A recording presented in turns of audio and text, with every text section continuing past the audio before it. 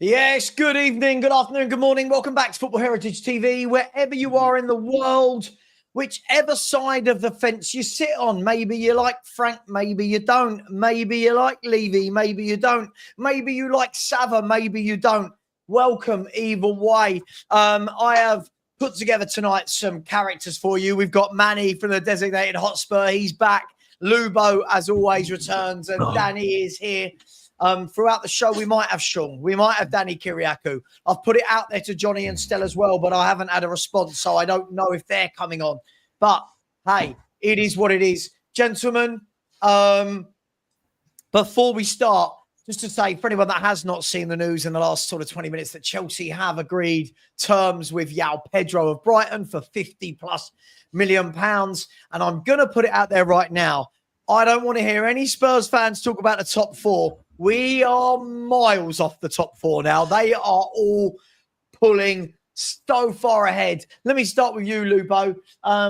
First of all, are you okay? And second of all, not that I thought we were going to get top four this year, but that top four really are motoring away. Like they are, we're in their rearview mirror now, aren't we? We are miles behind this top four.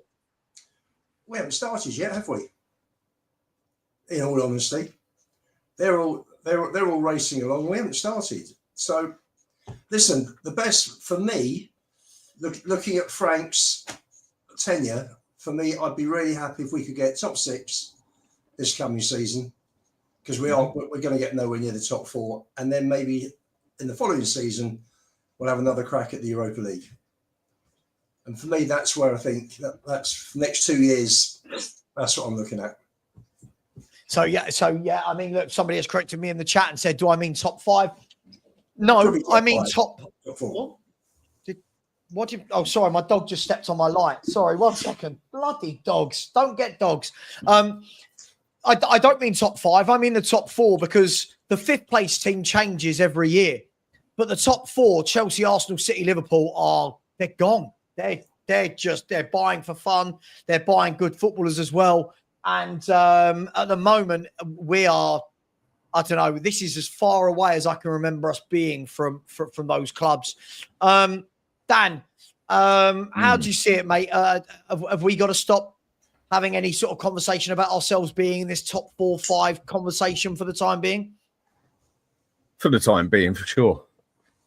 I mean, until we actually go out and at least get ourselves 2 players that improve that first team, we're not looking at any top 4 place or any Champions League place. I mean, in one aspect, I'll go back to the end of last season, where I backed down and had a think about it and agreed with what Brian said after I had a big debate with him, and I think a few of us did, when he said he did not want Champions League, he wanted Europa Cup.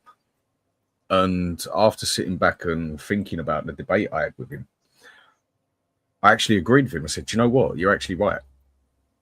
We ain't prepared for that Champions League in any means or manner.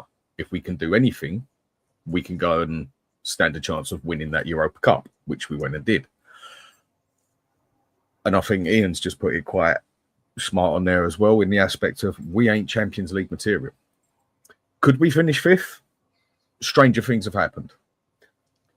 Are we ready for Champions League at this moment in time? No, we are not. At this moment in time, we are a 7th team at best. Yeah. I still think we have the capability to pull off a cup in the process, because stranger things have happened.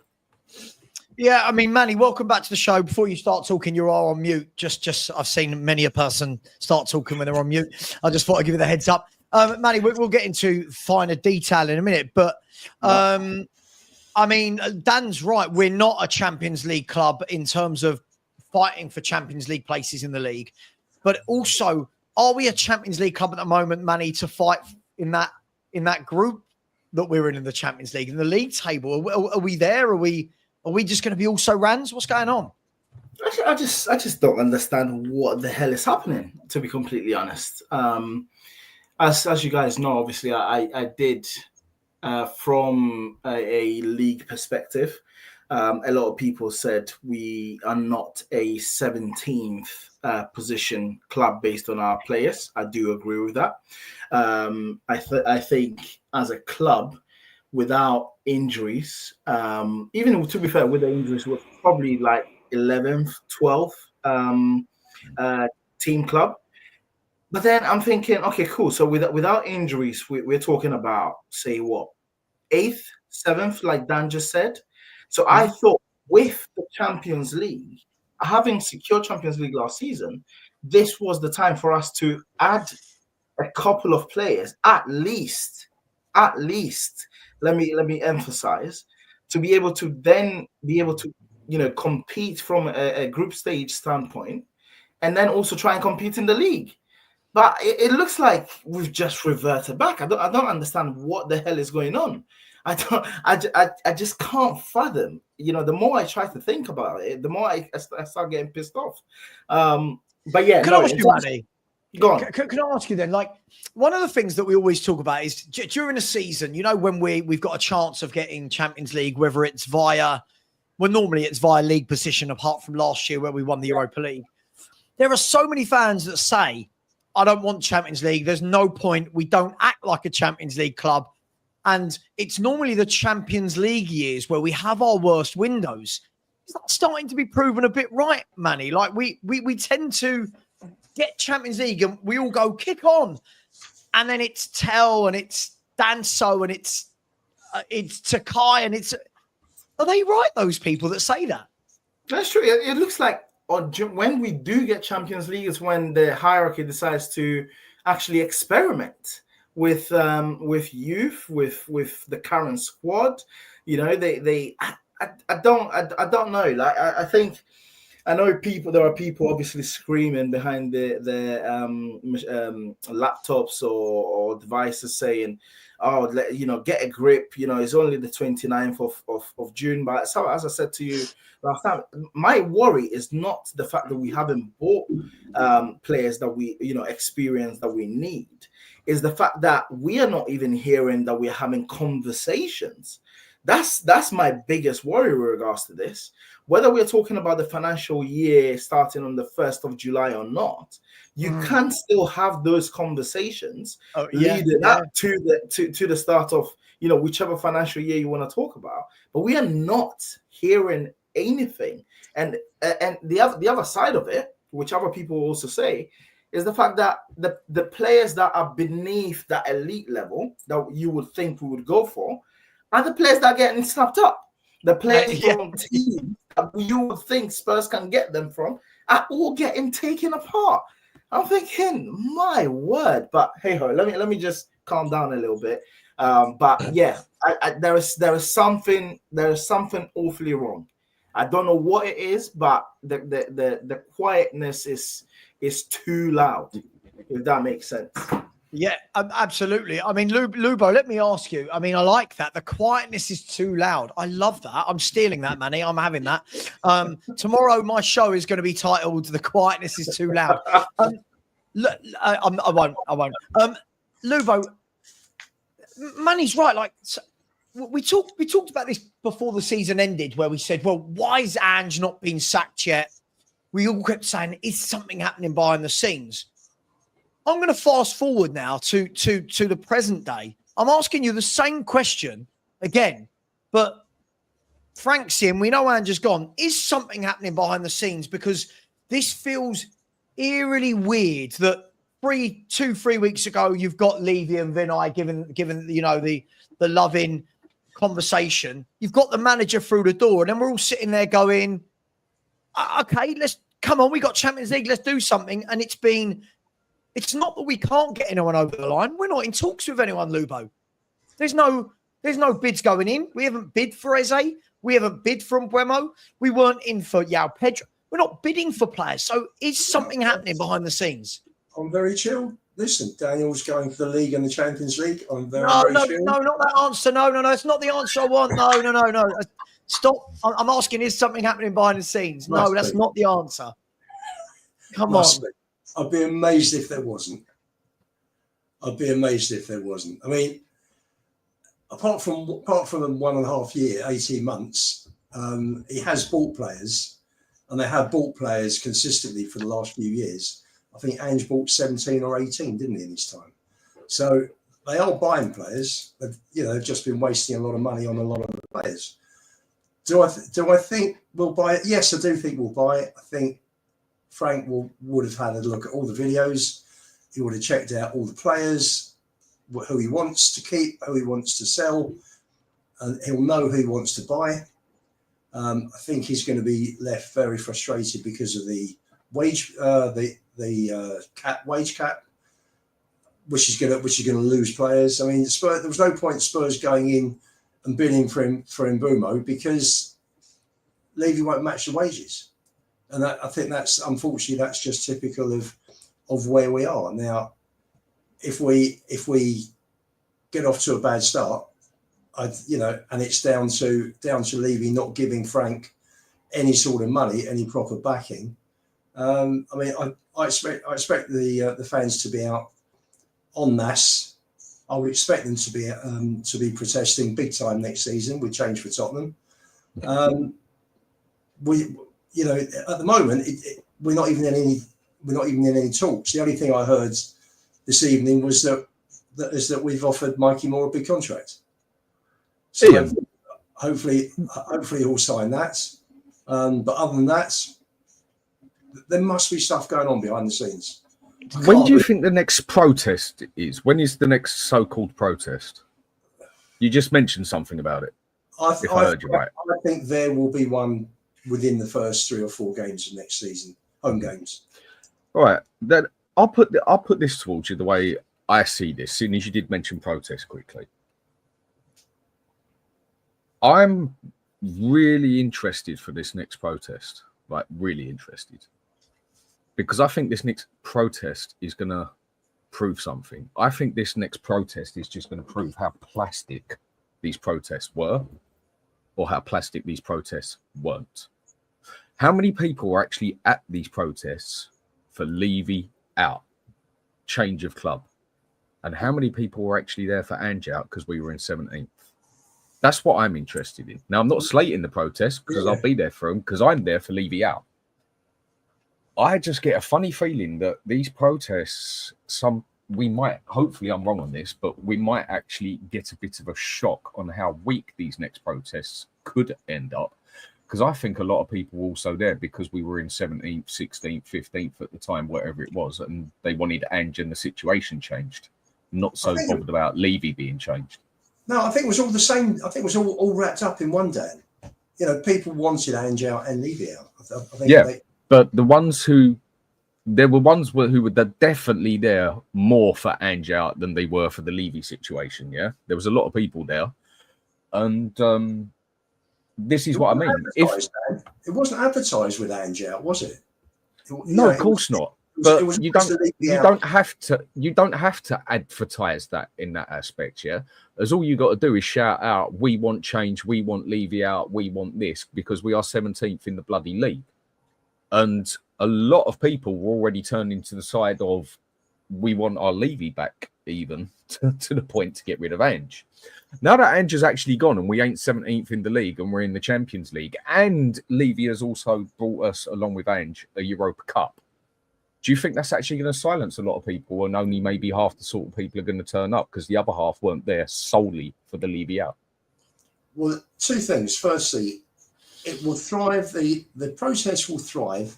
Number one, because there'll be fans like Stell that are upset about Ange being sacked. So he'll definitely. That's a fair point. Anyway, people like Stell, and then you've got the people who will be really pissed off if this is a bad transfer window. So if after winning the Europa League, if we win them all, then everyone's going to be happy, aren't they? For the moment.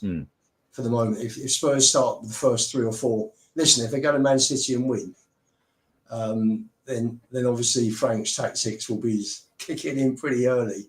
But we'll see.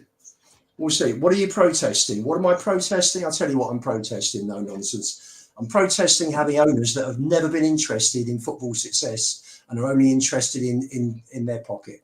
That's what I'm protesting about. Having owners that have no desire or determination to win any trophies. They've stumbled on 2 trophies in 25 years. That's right. Frank must But have- some people, Ian, some people were happy that we won the cup. Obviously happy that we won the cup. Sure. I think that's all of us.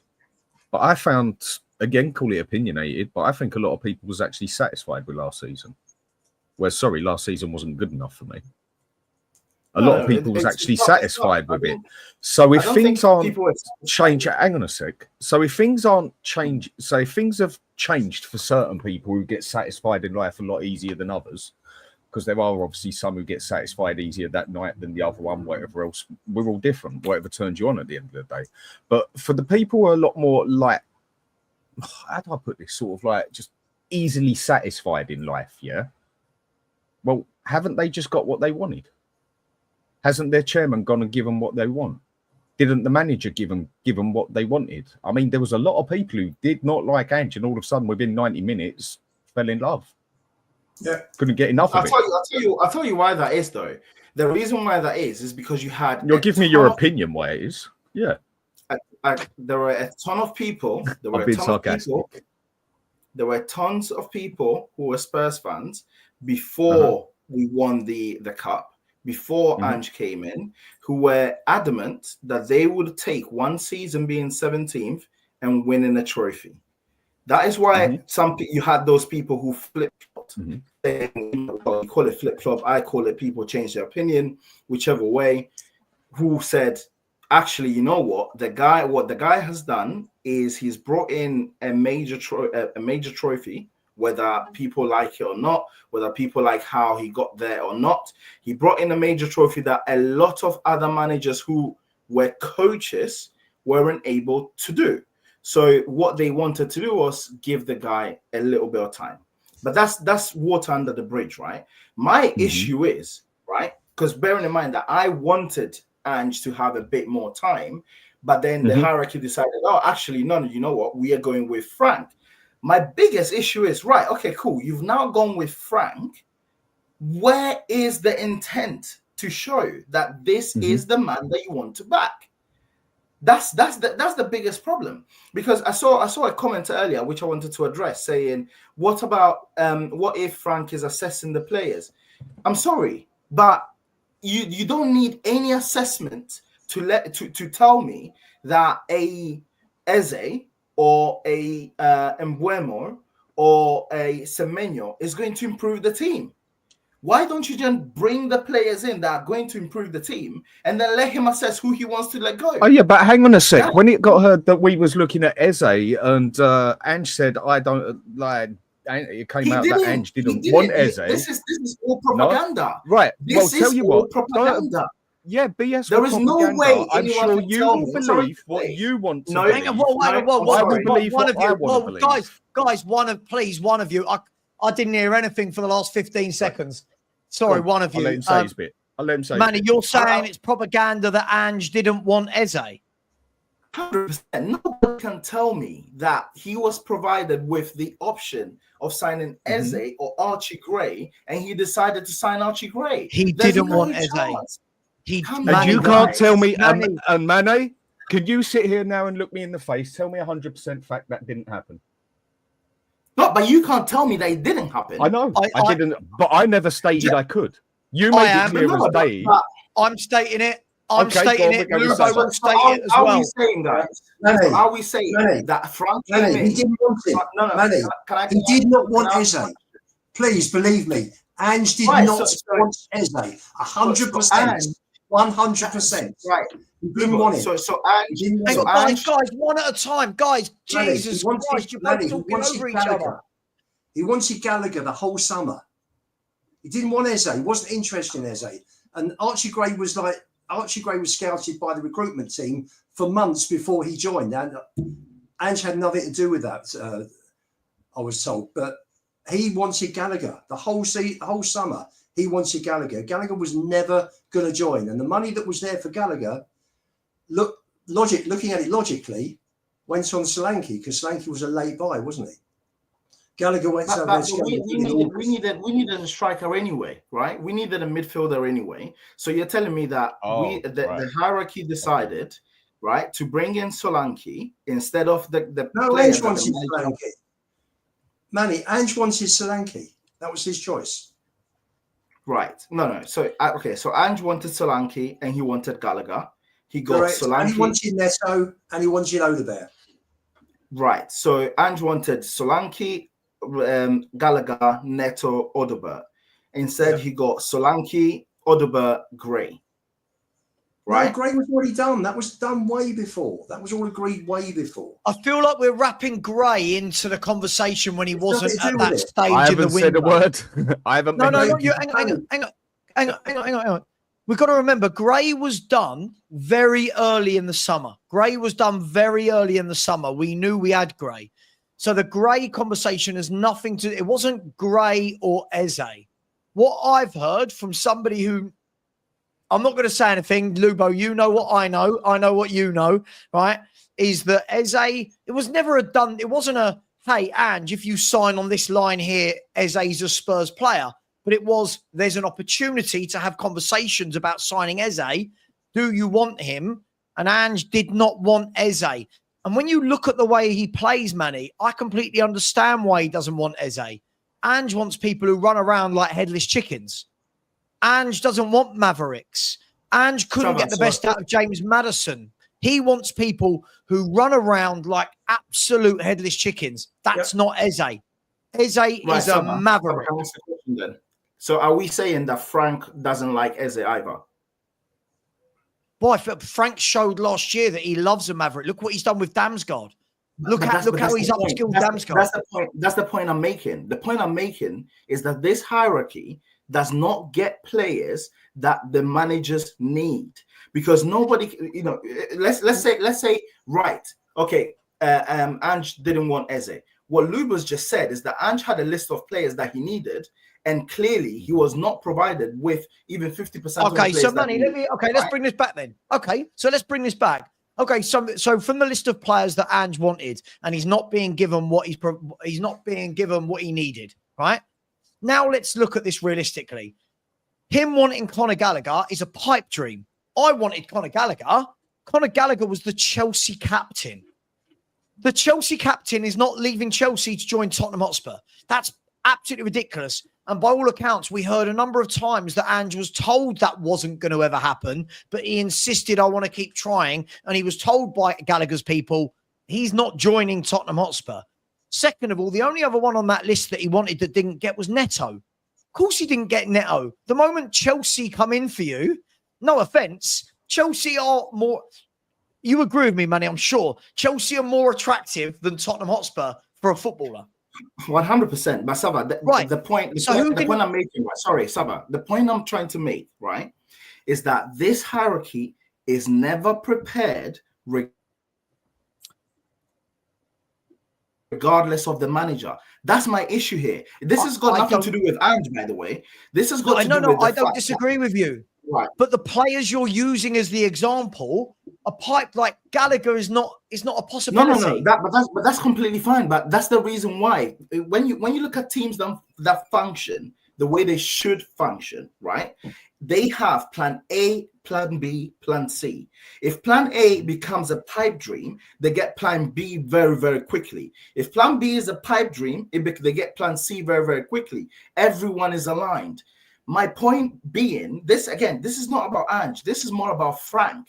I want a situation whereby the manager that is in charge of the football club that I support gets backed properly. That's my point. Because Frank has come in. We are now, how many days? Was it 8 days or 9 days before they travel up to go to Asia? And this guy is not being, he's been provided with tell that everybody slated in the last season. And who else has he bought? I can't even remember where this bought. The Japanese fella who's also another youngster. At what point are we going to look at this hierarchy and think, guys, come on, bring in some players for them, whoever the manager is, Manny, I feel like you're arguing. I feel like you're saying that as though we've not all agreed with that. Like, I think we all agree that the hierarchy needs to do better. My problem is right now is fans, we speak in definites that we know who Frank wants. We have no idea of knowing who Frank wants. So, and the biggest example of this is Eze. This name will not go away, will it? Eze. Not once have Spurs put in a bid, right? Spurs have not bid for the player.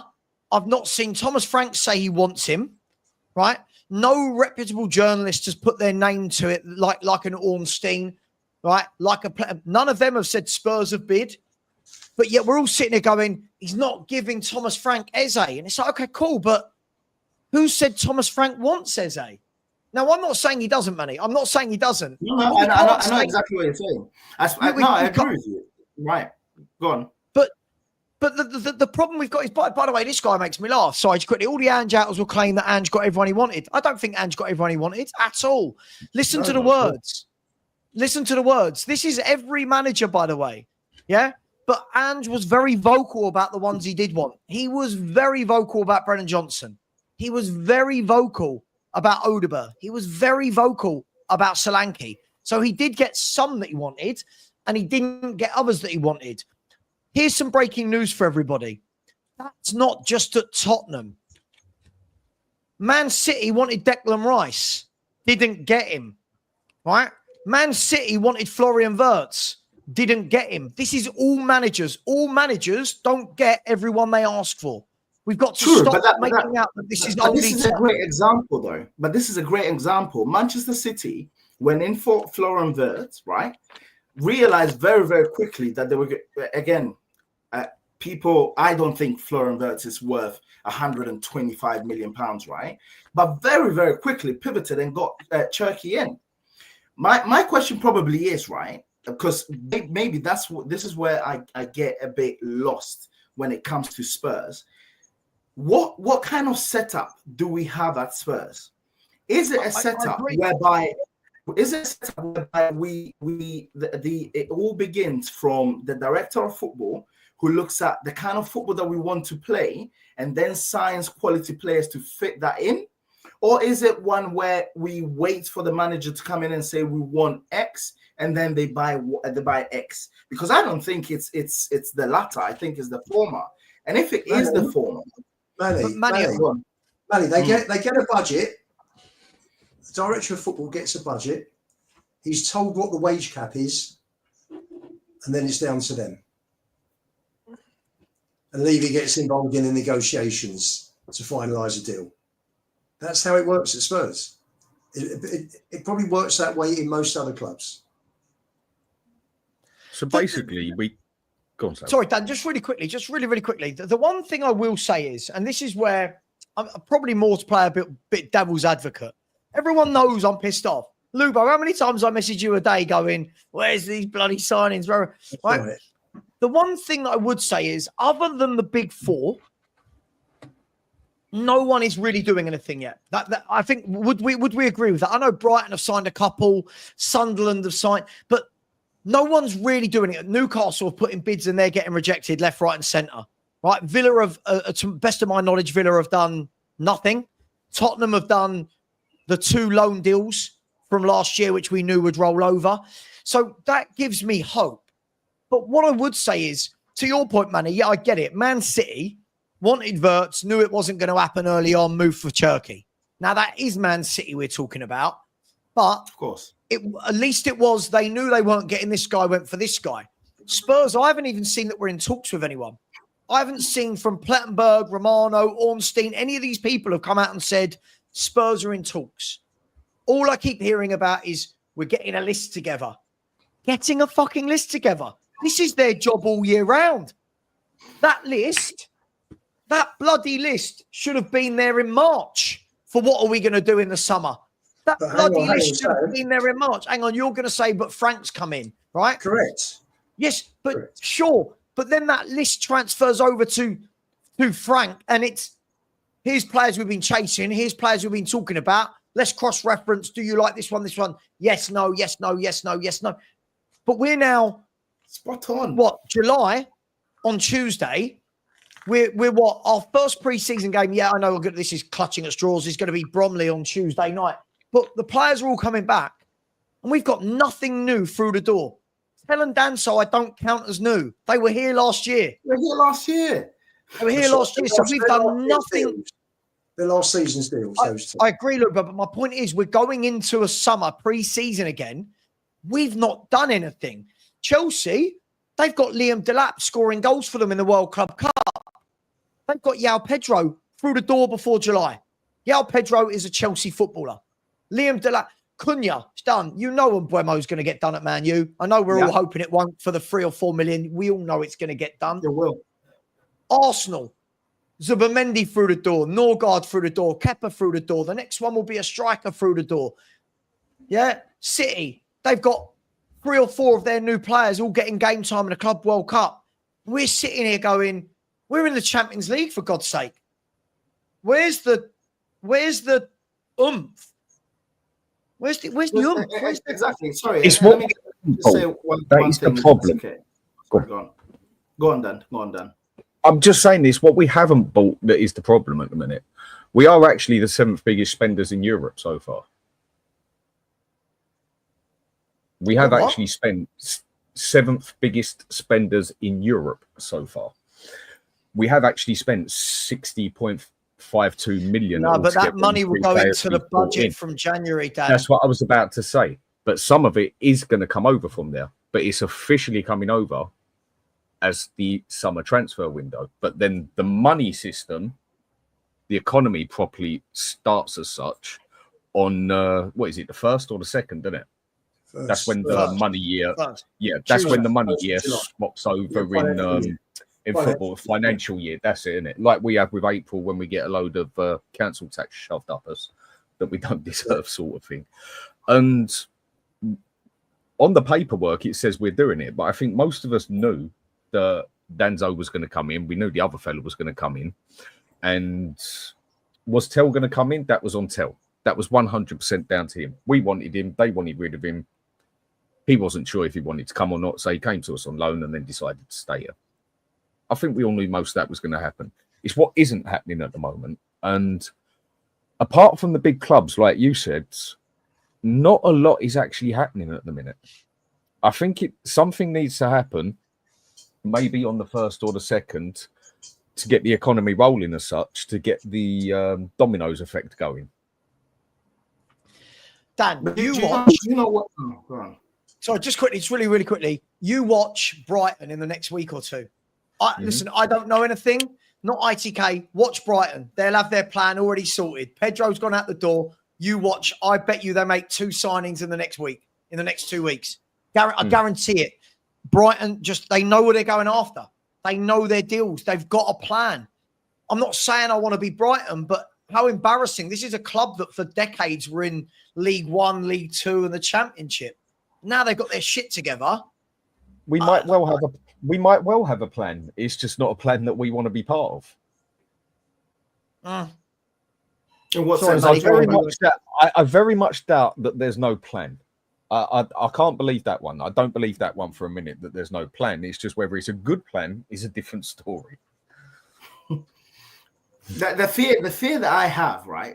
I think probably where my anger probably comes from within, right? So I told this to Lubo last time. After watching that video of Levy saying that we want to win the league and we want to win the Champions League, I literally gave myself the willingness to actually have that slight belief that this guy was speaking the truth. So I thought, right, okay, cool. So this is exactly what I wanted to hear. You've decided Frank is your man. This is wonderful. Back the guy. We're going to get a few players that are going to take us to the next level. What I'm now fearing is happening, guys, is that they seem to have decided, right, so every single summer, we're going to get one statement signing and then youngsters. And that's how we're going to just plod along every single summer. This is my fear. If by the 31st of August, we have, a few players in a few positions that can actually prop us up, I will hold my hand up and say, you know what, I was wrong. But at the moment, I just have a feeling that we're going to have one statement signing, youngsters, and then we move on to next season. And that's going to be the rinse and repeat every single summer going forward. And that's my fear, genuinely. Do you think we're actually going to buy anyone that is going to improve the first team? Maybe one. I was hoping. I reckon we get one. I asked, reckon we get one that do you think? We're all hoping. Sorry, Savva. We're all hoping. I can hope that I win the lottery. I asked you a straightforward question. Do you think, yes or no, simple answer, we are going to buy any players that improve that first team? Oh, I think we're probably going to buy one, which is the statement signing. Some sort of progress, then, isn't it? Yeah, but come on, like, are we going to? By our standards, I'm happy to get one player that improves the team. I want two. Realistically. I'm just being a bit of devil's advocate here more than anything. I think we will get at least a player that improves the team, but I think we all know he's not good enough for Champions League material. That's exactly that, Dan. That's I'm agreeing exactly with you. I was just being more of a devil's advocate. I'm agreeing with you. I know. That's exactly the point, because my thing is that Savva just went through the teams that are competing for the Champions League, right? And the sort of deals they do in order to keep maintaining that high standard, right?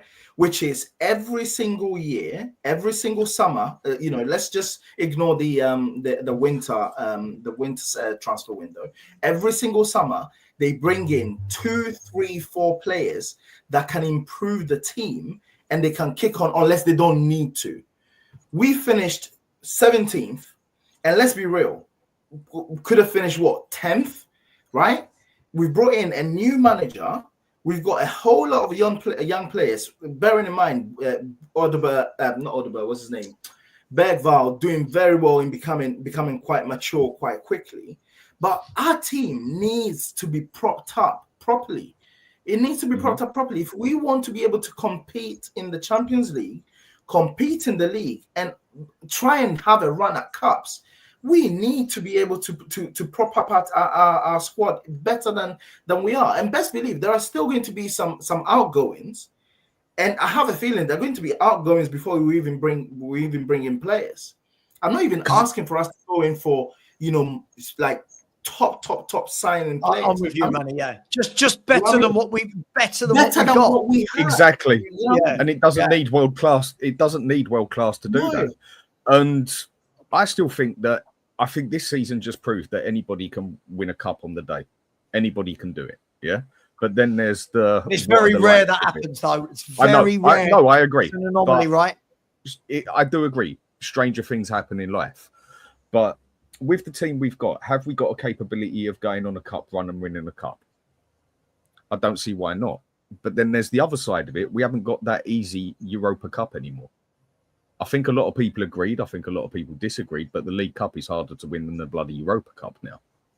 So we definitely need some improvement there, even if we want to look at a League Cup run, because nothing is going to be as easy as that Europa. And that's not slamming that we won the Europa or dissing it. I'm just saying it is now easier to win the Europa than the bloody League Cup. So we need to improve. Do you know what, Dan? Lubo and I actually spoke about this on the phone earlier, or it might have been yesterday. I don't know. I think a lot of people are forgetting that last year we did have the Europa League to fall back on. We did, and this year we've not got it. This year, you can't do what we did this year in the Champions League. We can't do that. We can't go away. We can't win 3 group games and then go, we'll go to Galatasaray and make 7 changes and play Lancashire up front. This is the Champions League. This isn't going to happen. So I think what you might end up seeing, I don't know if this is true, but I think what we might end up seeing, if we don't go and buy 3 or 4 top players, which I don't think we're going to, I think you might start seeing a lot of rotation for the League Cup and FA Cup games. And then people are going to moan, we haven't had a cup run. But at the moment, I'm looking at this squad going, okay, let's Ange through the league, which I don't believe, but okay, he's thrown the league. You can do that when you've got the Europa League. You can't throw the league when you're in the Champions League.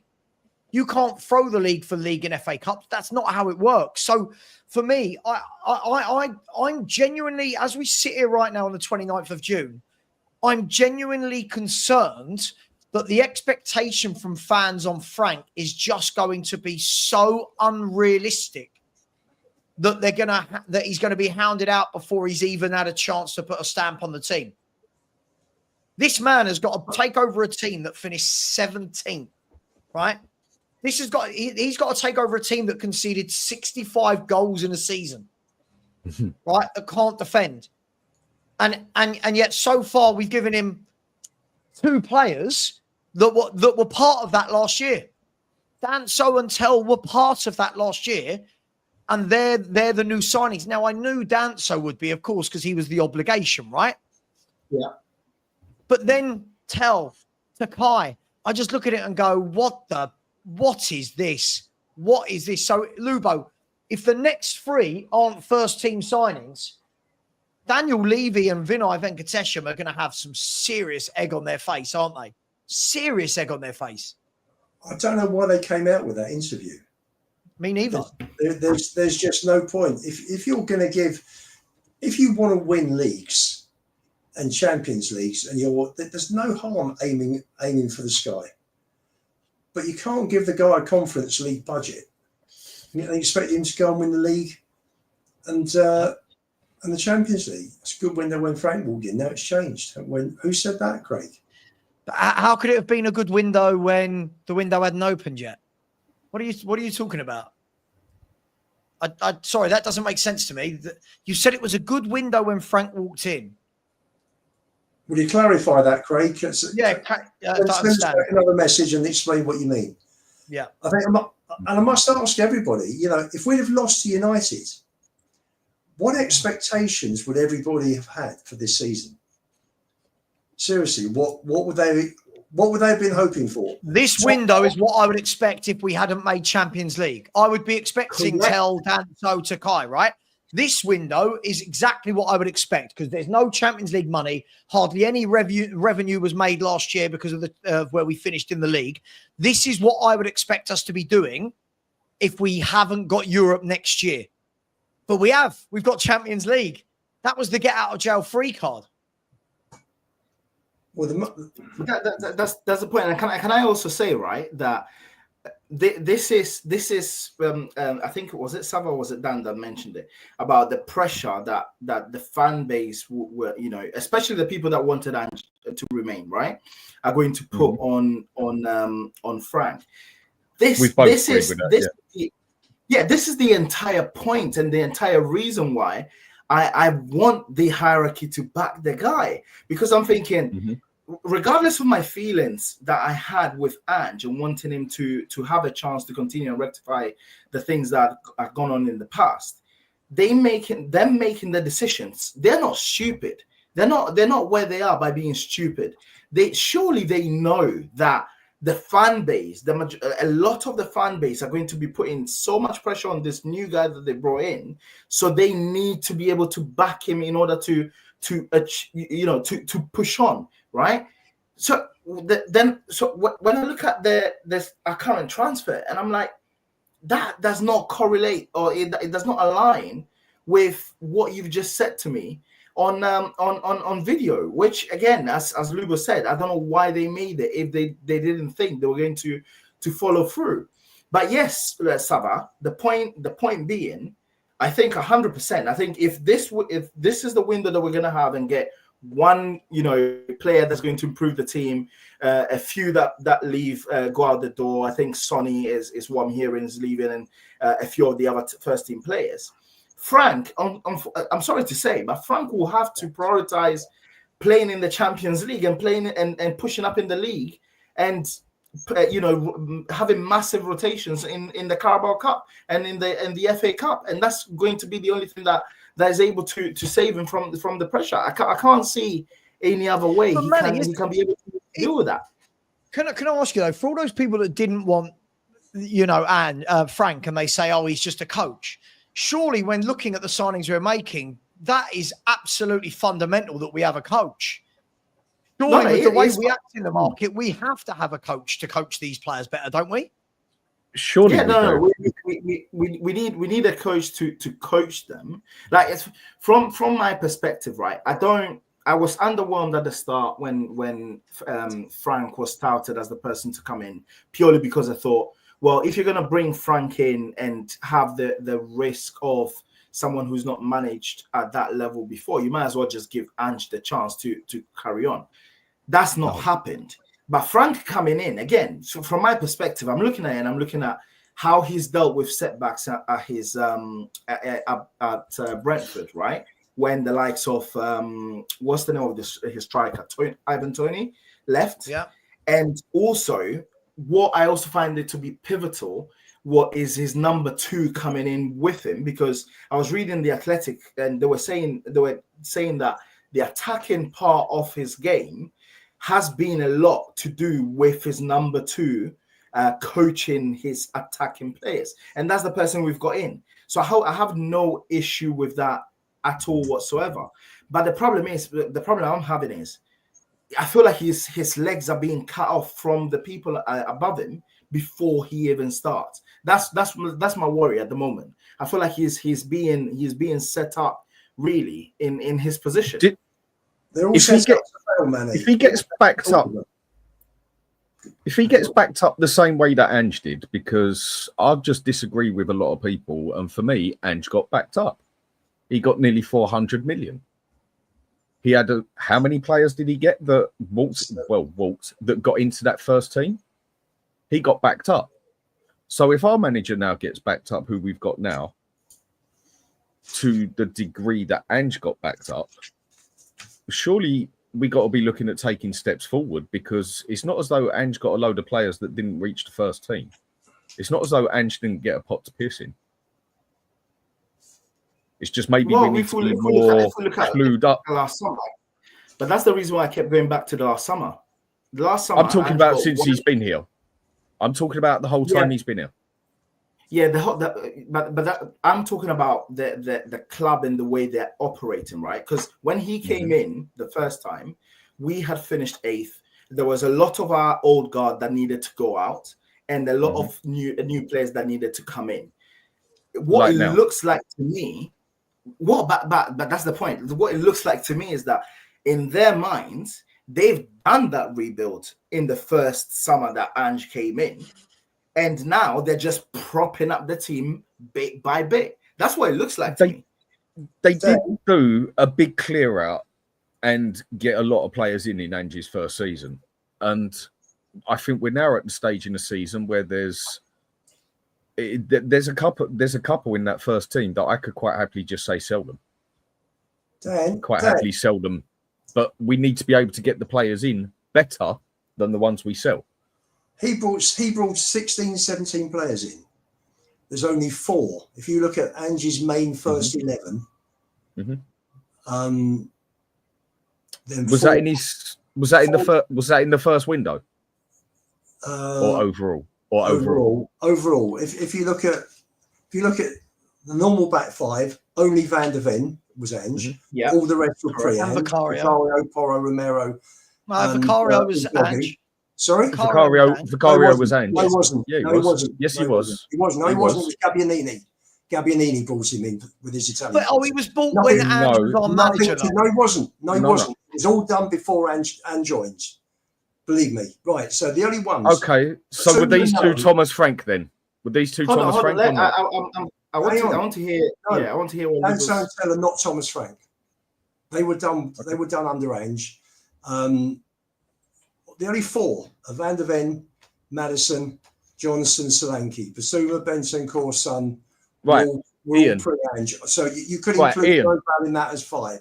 Let me hold you there then for a point. So, in the first window for that first team, you got Van der Ven, Johnson, and Maddison. Yeah, and Solanke. And Solanke. No, Solanke was following. Second window. Okay. Sorry, no, Johnson was Johnson. Yeah, sorry, Johnson was with you. Yeah, so we can say he got at least 3 players put into his first team. Yeah. Right. So you were just sitting there, Mane, saying you'd be happy with bloody 1 player. Well, not happy, but we at least need 1 player in that first team. You want at least 2 players in that first team. I didn't say that. I said I have a feeling that the hierarchy think we're going. No, but I asked you what you want. I asked you what you want, and you said no. You said at least 2 players. Dan, you said will we do it? Will we do it? Yeah, will we do it? No. And then you went on to what you said. Okay, maybe I misunderstood what you're saying. Okay, let me the clarify. Point I'm making here, go for it. Yeah, let me clarify. Right, the question you asked me was, what do I think is going to happen? looking at the hierarchy and what they've been doing since last summer, I think we're going to get one first team player, right, and then a couple of a few youngsters. Right? If you were to ask me, what do I think Frank needs? I actually think he needs 3 first team players. I think we need a left winger, right? Especially if Son leaves. I don't think once Son leaves, Tel can be our first starting left winger, right? I think we need a right winger to that can actually take on a man so that we can have variety, right? We can have variety with so basically what you're saying is, Manu, you need this club to do what they did for Ange at the start of last season. That's bringing at least 3 first team players. Correct. Without letting the best player that we have in the team right now to leave. So if we're doing by what I took in by what you said, I might have misunderstood it again, that we're basically acting the same way we did last season. Isn't that how you want us to act? Isn't that how we want us to act? The way we did in the summer of last season. Not at all. But you just agreed we brought in 3 first team players. Yeah, and that's what we want now, isn't it? The point I made at the back is you don't let your best player leave and then bring in 3 first team players. If you want to act like a big club and keep propping on like a big club, you keep your best players. But if we still bring in 3 first team players, we've improved. And who is our best player that we're going to lose? Well, I'm hearing we're going to lose Son. I'm hearing there is a chance. And that's hardly the best player anymore, Manny. Dan, you've got to let him finish, mate. You're cutting him off at every single opportunity. You're not hearing the point, because the point I was making about Ange's situation is the fact that we let our best player leave and then propped him up with 3 players. What I want for Frank is for him to keep the players that he has, right? The best players that he has, Romero being one of them, and then bring in 2-3 first team players to prop his team up. It's not a crazy thing to ask from a club that brings in, is it the 5th or 6th highest revenue in the entirety of Europe? Who are we going to lose? I feel like we're the only club that do this, though. Like, teams lose players every year and then replace them and get first team players in. Like, that's the way of the world. Like, for example, we're saying about Romero, this guy misses half a season anyway. So if you want to build a team around a player that misses half a season, fine. But have you ever thought maybe Romero doesn't want to be here, Manny? Maybe he doesn't, but let's just say if he does, and we're talking about his injury crisis. I mean, the point that people made to me is the fact that obviously the way Ange plays increases the chances of the defenders' injuries, and that Frank plays in a different way, which means that our injuries will be reduced. So yes, that's also part of Frank's mandate: have less injuries, including players like Romero. Right. That's not. But we want 3 first team players. I mean, most of us have agreed that I'll be happy if we get 2 first team players, because I think we're going to be lucky if we get that. But the thing I'm bringing it back to, I mean, and what best player are we going to lose that's actually going to have a major effect on that first 11? Exactly. I don't think we've Name me one player. Name me one player, that is going to have such a massive effect that if we lose him, I could possibly name one that is going to have such a massive effect if we lose him that it's going to totally debuild the team, basically. So you think that there is no player in this team that would lose that will make that big an impact from the list of players? Maddison, I think, is the only player that we would actually lose that would have a serious effect on us if we got no playmaker. Do I think Romero is a big loss? No. Why? Because he's always injured and he has 2 world-class games out of every 10, and then he's up and down all over the place. Van der Ven, if we lost him, you could disagree with it. That's why it's an opinion. Nothing more, nothing less. If we lose Van der Ven, have we just lost the best defender on the planet? Have we even lost someone who's proved that they can consistently, for 10 games straight, when he's playing, hold back a low block centre-back? I mean, if we're going to play Ange's system, then pray to Jesus and God and everyone else that we keep Van der Ven, because he was the perfect one for it. If we lose Udogie, is it going to damage the team that much? If we lose Porro, if we lose Bentancur, if we lose anybody in that team, is it going to damage us to the point that it's irreplaceable. I think the one that would damage us most, but he's not an irreplaceable player, but damage us most, is Maddison, because we have no other playmaker in there.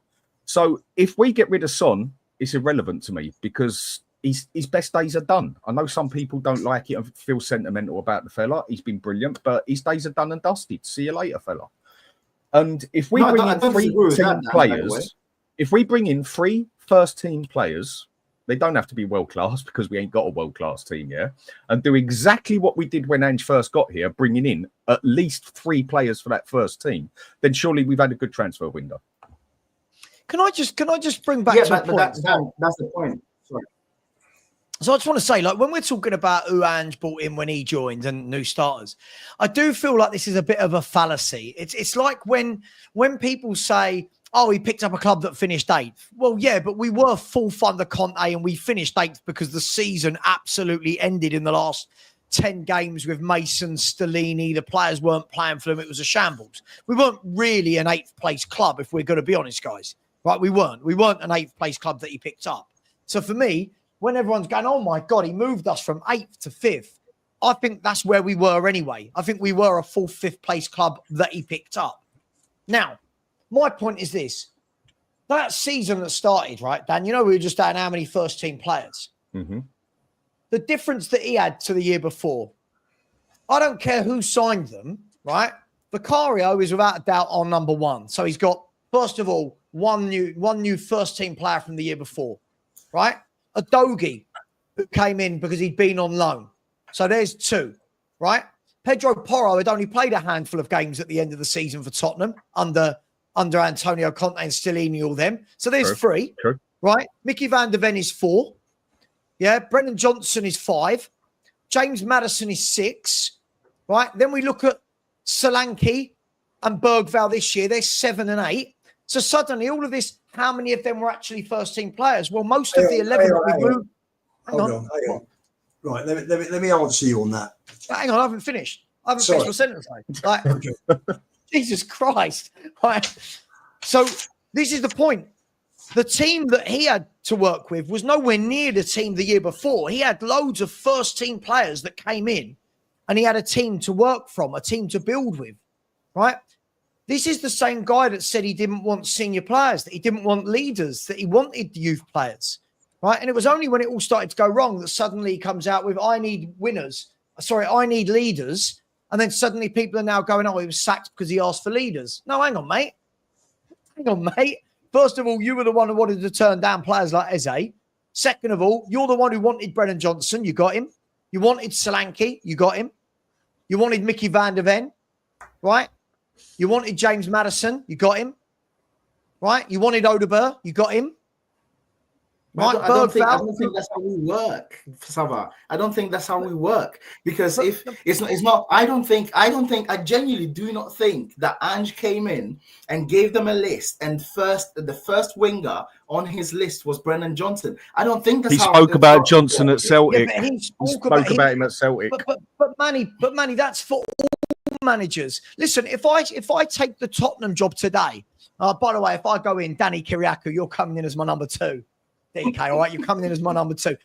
If Danny and I go in at Tottenham right now, me and Danny could sit down the night before and go, here's the 5 wingers we want, right?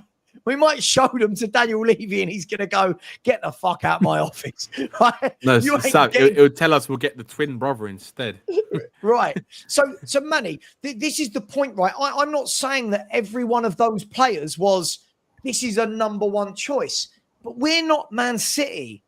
We're not Liverpool. We don't get our number 1 choice at all turns because we're Tottenham. We're not as attractive as these big clubs. But the point is, he was very vocal about Johnson. He was very vocal about Solanke. He was very vocal about Odegaard and Maddison. I had to phone up Maddison to make it happen. Or Maddison said, so what we do is when it doesn't work and things start tumbling down, it all moved to, he didn't want any of these players. And this is the problem with Spurs fans, Manny, and not just Spurs fans. This is all football club fans. We have a horrible habit. If I talk about our fan base for a moment, we have a horrible habit of when a player comes in that we all like Mickey van der Ven, we go, he wanted Mickey van der Ven. when a player comes in True. that doesn't work, we have a habit of going, but they didn't back him. He didn't want that player. That for me is far too easy a narrative. It's far too easy a narrative. I agree with you with that, Savva, right? And that's the reason why when I'm speaking, right, a lot of the times I'm trying as much as possible to steer clear of this whole Ange conversation and actually bring Frank into the conversation as well. Because when I speak about these managers in general, exactly. What I try to speak about it with a generalized view, because my issue is not manager related, it's hierarchy related. And when I say, and when I'm talking about, you gave the example, right? My issue with the club is that when they're trying to scout these players, the first thing in their mind is not, in my opinion, obviously, is not who do we get to improve the team. It's always a double-barreled situation. Who do we get to improve the team that is not going to increase our wage to revenue ratio above 42%? And that's where I have the biggest issue all the time, because we end up spending a lot of money on players that have resale value later on down the line, rather than spending the money on players that would actually improve us. Hang on, but that's a fallacy, man. Manny, that's a fallacy, because, sorry, everyone's telling me how much they love Mickey van der Ven. No one complained when we signed Mickey van der Ven, or when we signed Pedro Porro, or when we signed James Maddison. People did. People did.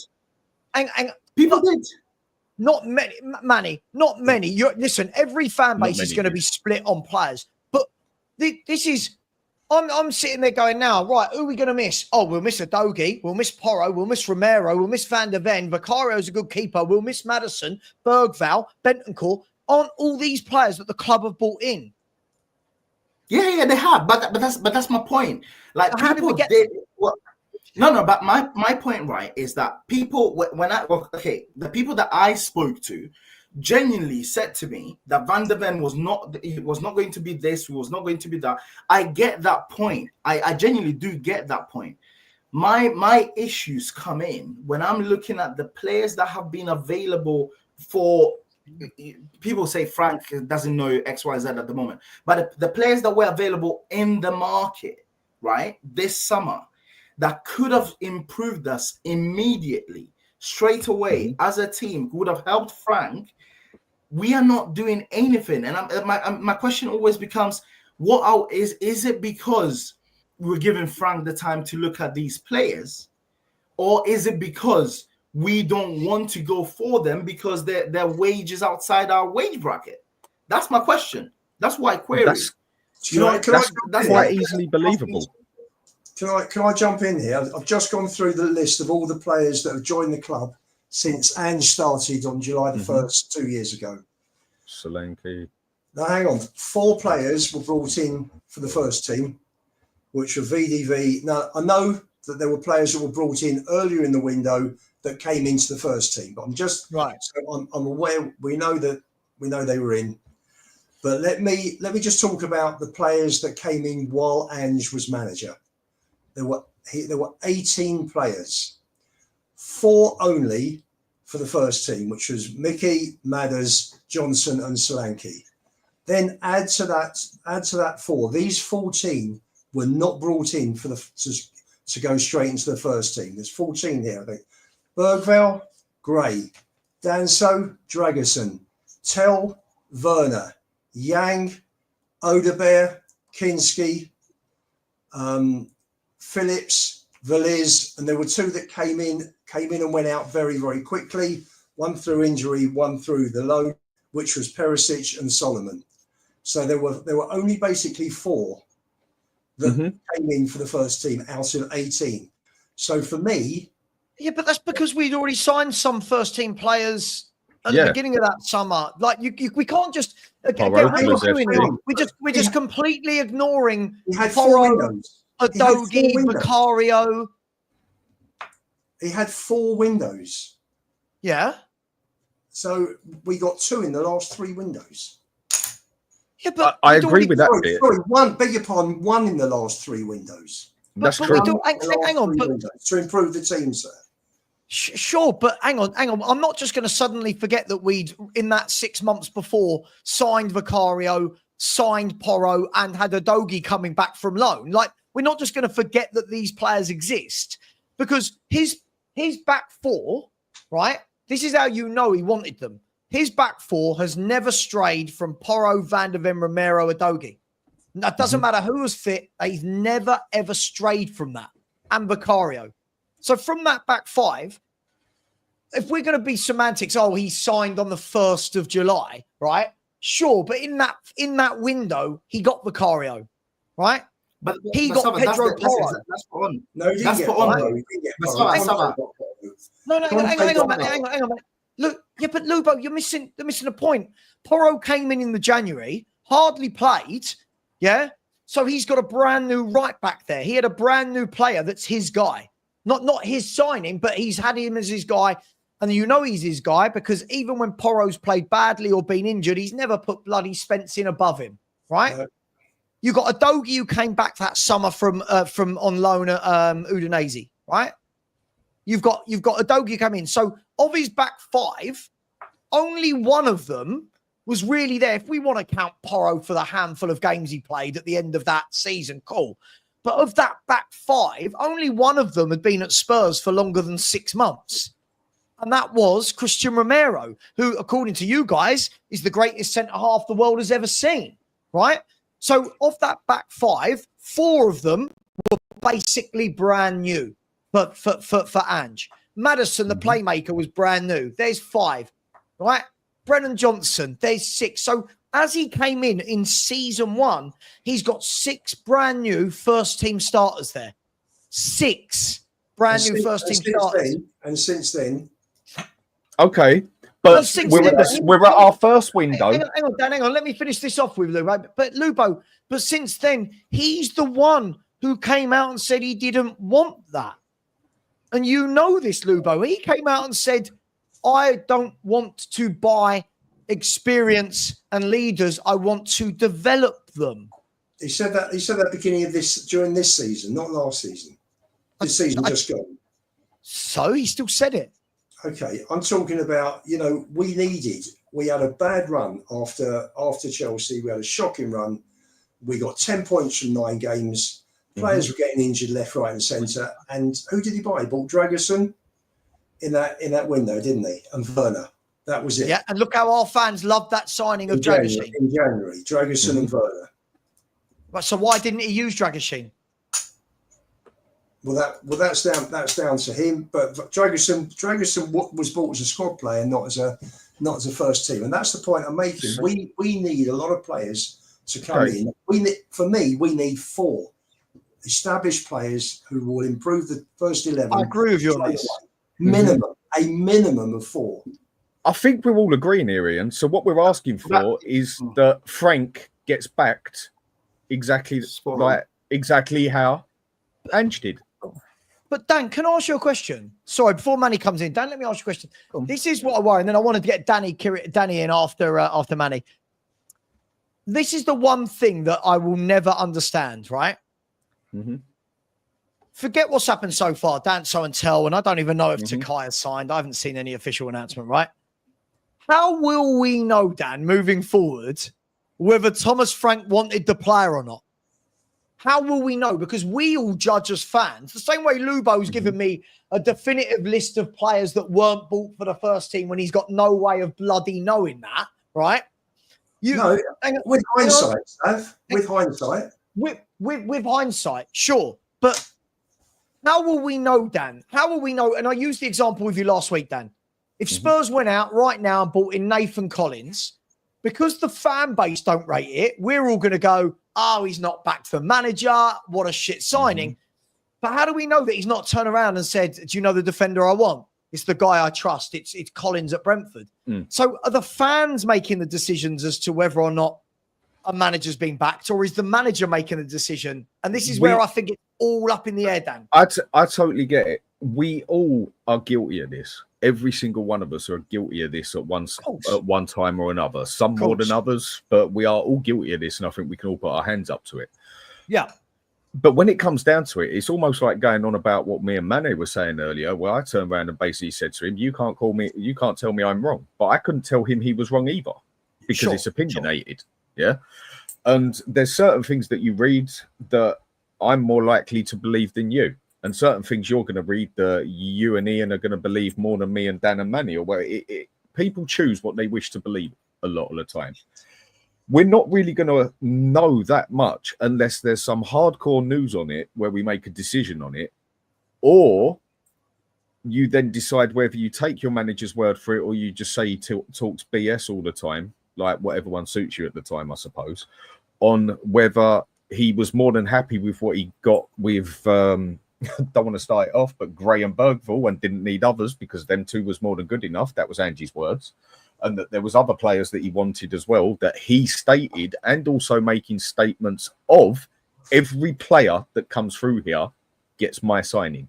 And that is where he shot himself in the foot to an extent in that one. I don't think Frank's going to be stupid enough to make those comments like that.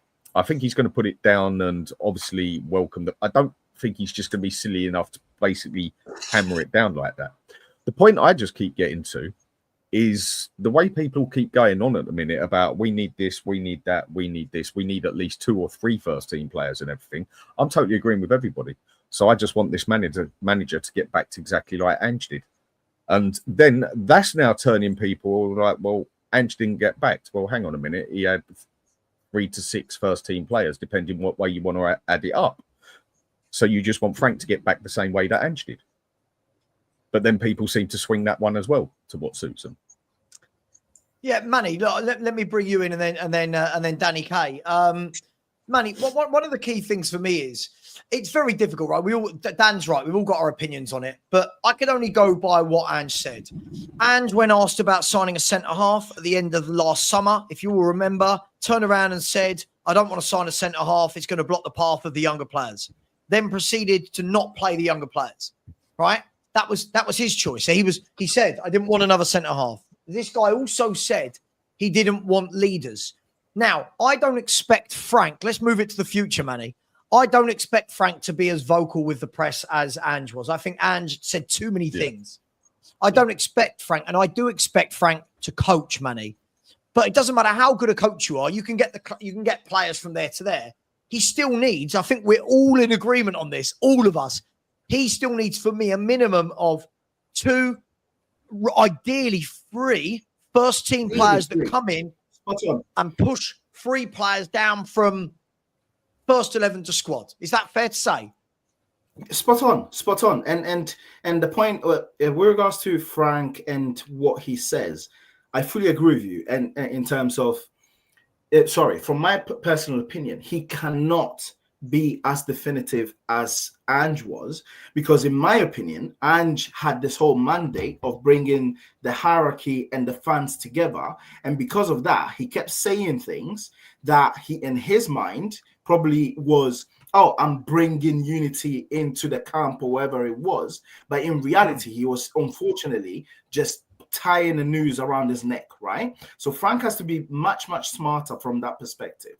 That's my first point. The second point, Savva, you made a good point about the Porro and Udogie signing, right? And that's what I'm calling for with regards to this Frank situation, is that when Porro and Udogie got brought in, they weren't brought in for Ange. However, when Ange came in, he was able to use them because of the quality that they had. So that follows through with Frank as well. Surely the club, having their setup that they technically, I keep telling everybody that they have, should have been able to identify the players that would have literally just propelled us as a club. And then when Frank came in, said, "Listen, these are the players that we have on this list that we think are going to improve the team. Yay or nay, should we pursue it?" And it would have been a very, very quick conversation, right?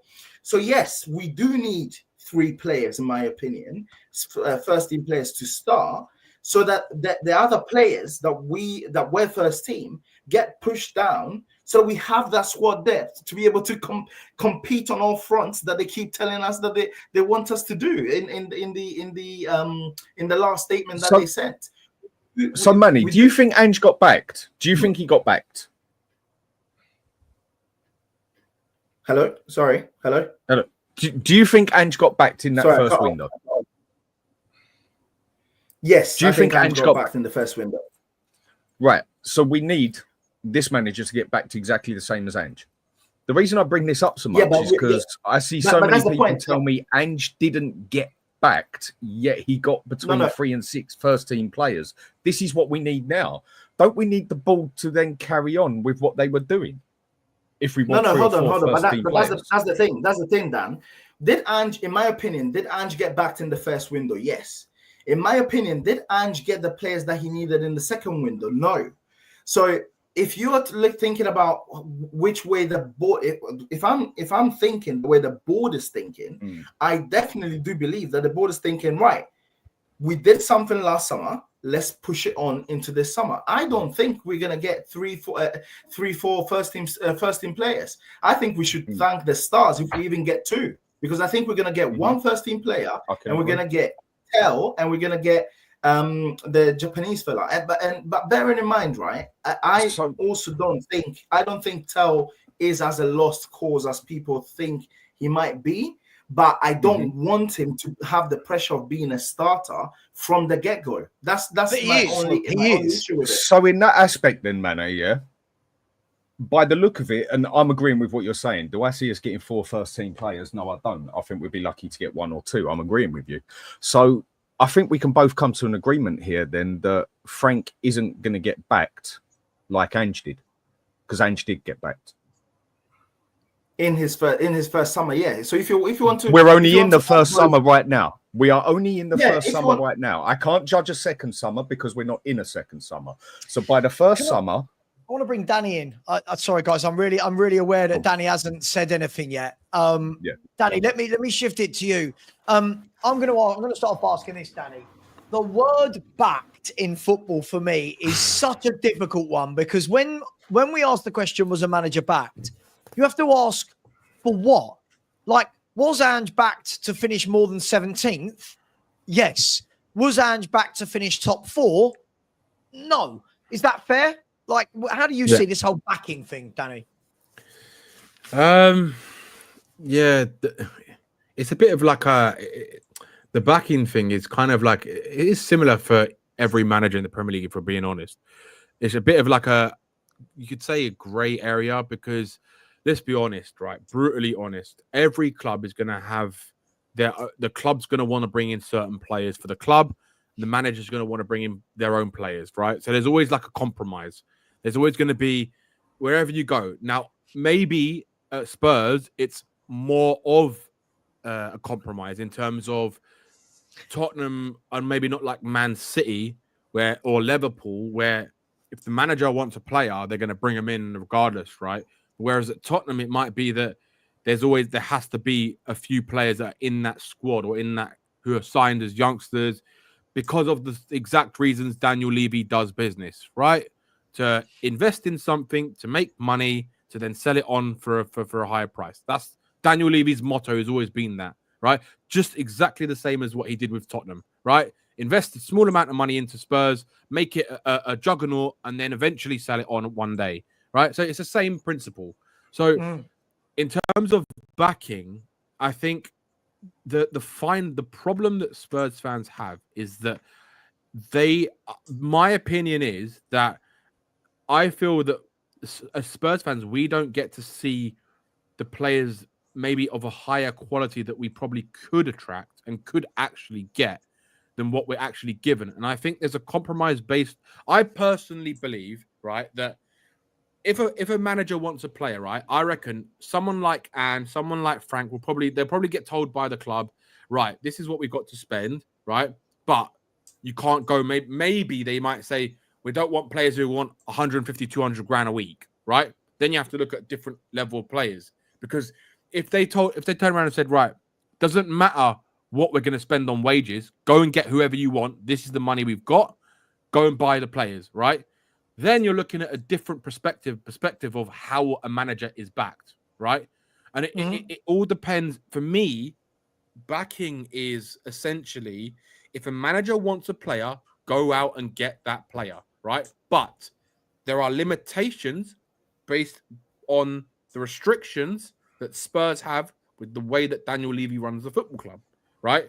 And that is where my gripe is with Daniel Levy, because I want to see players of a higher caliber come to this football club that I believe that Tottenham could still attract. Maybe not like that. We can't compete with the Man Cities and Man Uniteds and those type of clubs, right? The Arsenals right now. But in order to get to that stage, you have to be able to compete with the Newcastles. You have to be able to compete with the Aston Villas. You have to get the top youngsters or the top or very good players in the Premier League or proven players who can walk into our first team. And for me, last summer proved exactly why I believe that Ange Postecoglou was not backed in the way that he needed to be backed. Absolutely. Right? Which is because when I saw Timo Werner sign on a reloan, I didn't even invest my time into the transfer window. I literally didn't look at what happened at Spurs in the summer. It's the first time I've ever not been invested into it, right? It's because I saw the same crap. All we did was sign Dominic Solanke as the only player. And then who else did we sign? Archie Gray. And look, he's a youngster. It was a lot of money. But let's be honest, that money should have been really invested into someone who could be in the squad right now, who can actually make a difference right now. Yes, he might be a good player in the future, but I'm just fed up of managers or Spurs managers saying that they've been backed, because the truth is at Tottenham, no manager is ever fully backed. No manager is ever fully backed. You see, Dan, right? I can't necessarily agree with that when people tell me there was between 3 and 6 players that went into that first team. Surely they might not be the best players on the planet you wanted, but if you've had between 3 and 6 players into that team and made that team significantly better with that amount of players, then surely the manager's been backed, even if it is just a little bit. But didn't we lose in that summer? So didn't we lose Dyer, Kane, Lloris? Who else did we lose from that pack? Kane was the only one that we lost of any relevance, and we didn't even sign. No. It's not about relevance, because Dyer was a first team player. Kane was a first team player. Lloris was a first team player. So Lloris was not a first team player quality anymore. That is why it's not about quality. 3 years earlier. He was not first team. No. It's a different conversation, because we're talking about being backed. We brought in a better goalkeeper. We brought in 4 or 5 first team players because we had 3 or 4 first team players that also left. Danny is right from the perspective of that season. We weren't even in Europe. People forget. Did we bring in a better keeper than what we had? What we got rid of? Did we bring in the biggest? Yeah, but Dan, the biggest sacrilege defender than what we had. Dan, look, Dan. This will shut the conversation down. We lost Harry Kane that summer and didn't sign a striker replacement. That was the one bit we did. I totally go with that. Yeah, but there's more than one space on the field. That's not backing. There's 11 places. When you go and lose one of the best, if not the best striker at that time on the how planet, would you have replaced Harry Kane then? How can you replace you go Harry and Kane? buy another striker. Yeah, of course, I agree with that. But we didn't even attempt to buy a striker. We used Richarlison. But people say you can't do it all, and if you go by a majority on it, the players we got rid of, bar Harry Kane, who was the only player that we actually missed, because Lloris was done and dusted. Eric Dyer, people were screaming for him to go for a long time. So we didn't replace Kane. I'll give it that one. But we replaced our goalkeeper with someone who is a better goalkeeper. Was he a better goalkeeper when Lloris was at his best? No, but he was a better goalkeeper than when Lloris left. We brought in Van der Ven. Hang on, Dan. We brought in Van der Ven, who is a better defender than what's his name? Longley. Any of them. Longley, yeah. Yeah. Longley, Davis. Then Eric Dyer when he left. So we brought in another better defender there. We also brought in other players who were necessarily, some would say, better than players on left. But the one we didn't replace was Harry Kane. I'll give you that. But we did replace at least 3 of the others that left with better players. So isn't that exactly what Manny said, right? what Manny said, correct me if I'm wrong, Manny, right? But it's the fact that we didn't bring in additional first team players. We just replaced who had left. And we didn't even replace all of the with better players, right? With better players overall. Yeah, but it's still the thing is, Dan, yes, for that summer, it was a good summer. But then last summer that just went, the one before, right, was a god awful. It was one of the worst I've ever seen. But this is the first summer, and I'm asking him to get backed. Yeah, but I'm talking about this summer here and now. And I'm saying I want him backed the same way Ange was backed, in the aspect of a couple of first team players left. Yeah, one of them, you can't replace Harry Kane come love nor money, but we could have definitely done a better job. But then with the other players that leave, we then bring in players who go into that first team who are better than the players we got rid of. Yeah, of course, but which we did. I think you'd expect that. I wouldn't expect anything more than less than that, if I'm honest, because our squad had not been improved on that level for a while before that, right? That was neglect, right? That was neglect of 2 years of neglecting the squad, right? So I expected them to sign better players, because if they didn't, I think the fan base, me personally, I would have lost my shit. Right, because we had a shit time in transfers prior to that first summer with Ange, right?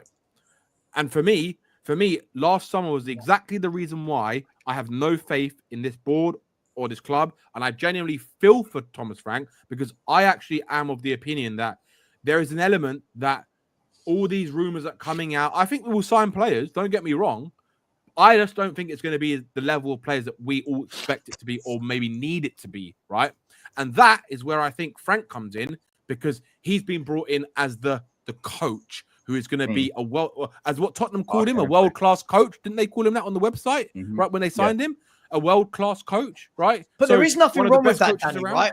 No. I know that, Savva, but right, we do need a coach. What I'm saying is, that's not the problem. The problem is that's what the expectation is, that he is going to work with what he's got to make them better, right? And we know, all of us on this panel know, we need a lot of work on that squad. Sure, right? Danny, equally at the same time as that, this squad will be a lot better, even if we didn't buy anyone. And by the way, I'm not advocating that. Please, before I get shot down, I'm not advocating not signing anyone. Abba, you're an Arsenal fan. I know, yeah, I don't want any signings. Even if we didn't sign anyone, this squad will be played properly by this manager. This manager I have no doubt about that. Have the kamikaze tactics. He will get the defense sorted, and he will not have us wide open in the middle of the park and at the back. So from my point of view, you've got a good basis to start from. But I think we're all in agreement that the 3 or 4 that come in, we need 3 or 4 to come in that we all go, yes. And we've got to remember, we're going in the Champions League. We're going in the Champions League. You can't just keep buying 19-year-olds. We're going in the Champions League. Because I'll say this, right? To kind of give you like a kind of direct answer to your question.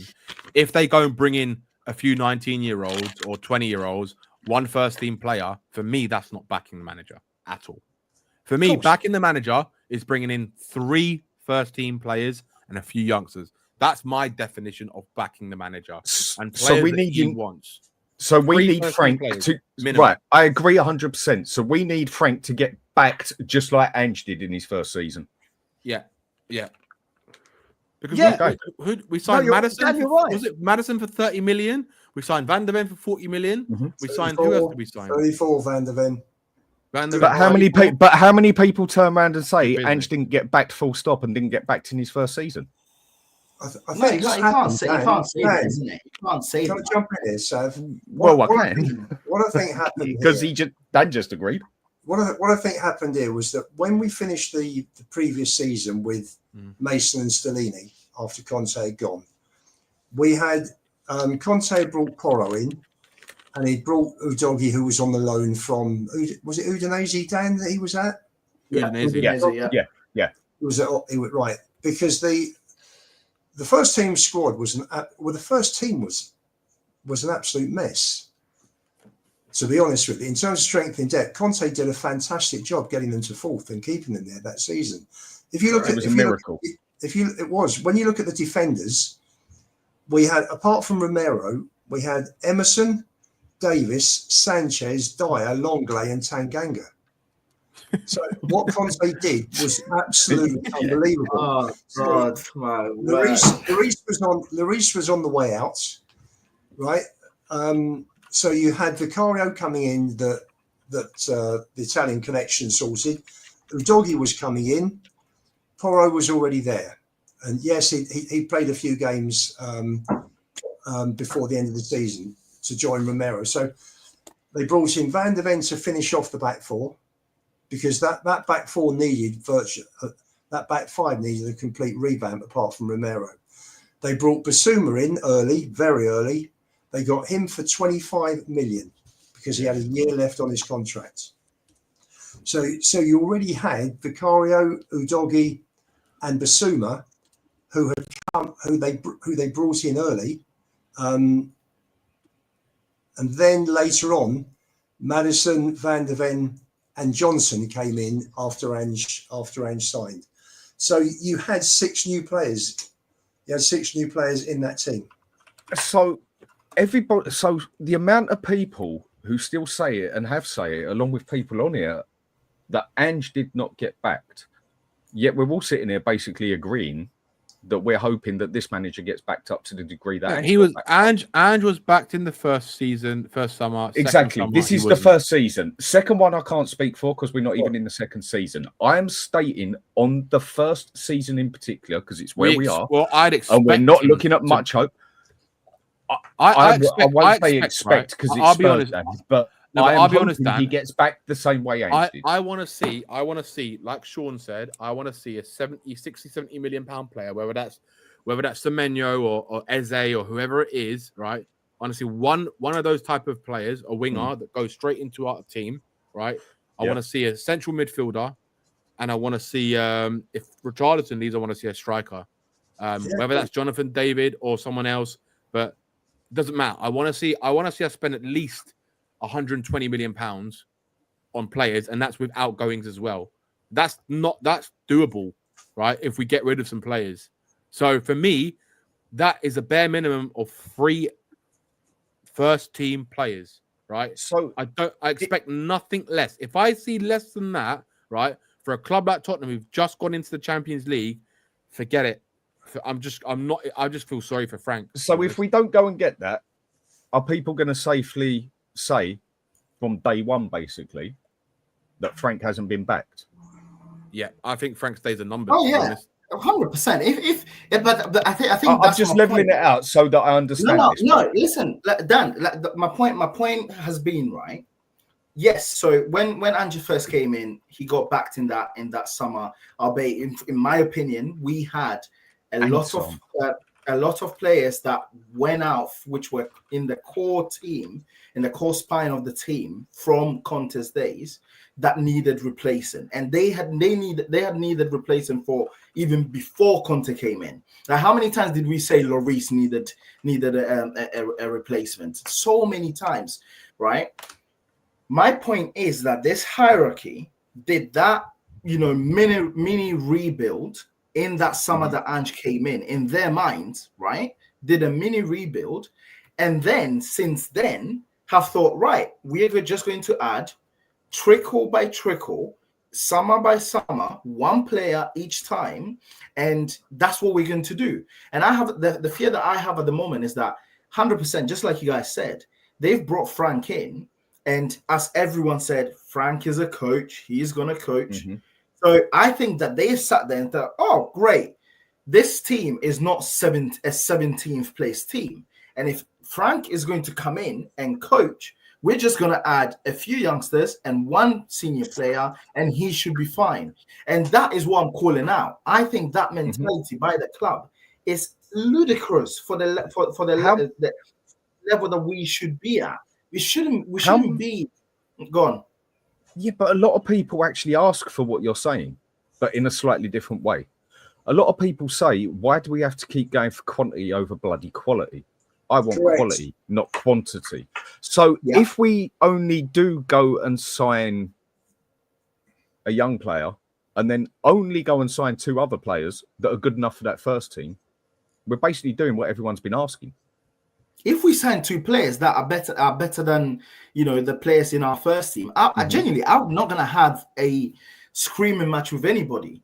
The only issue that I have is that when I look at this squad, right, and the way that the elite teams within both our division and Europe play, all of them have very, very good touchline attacking wingers.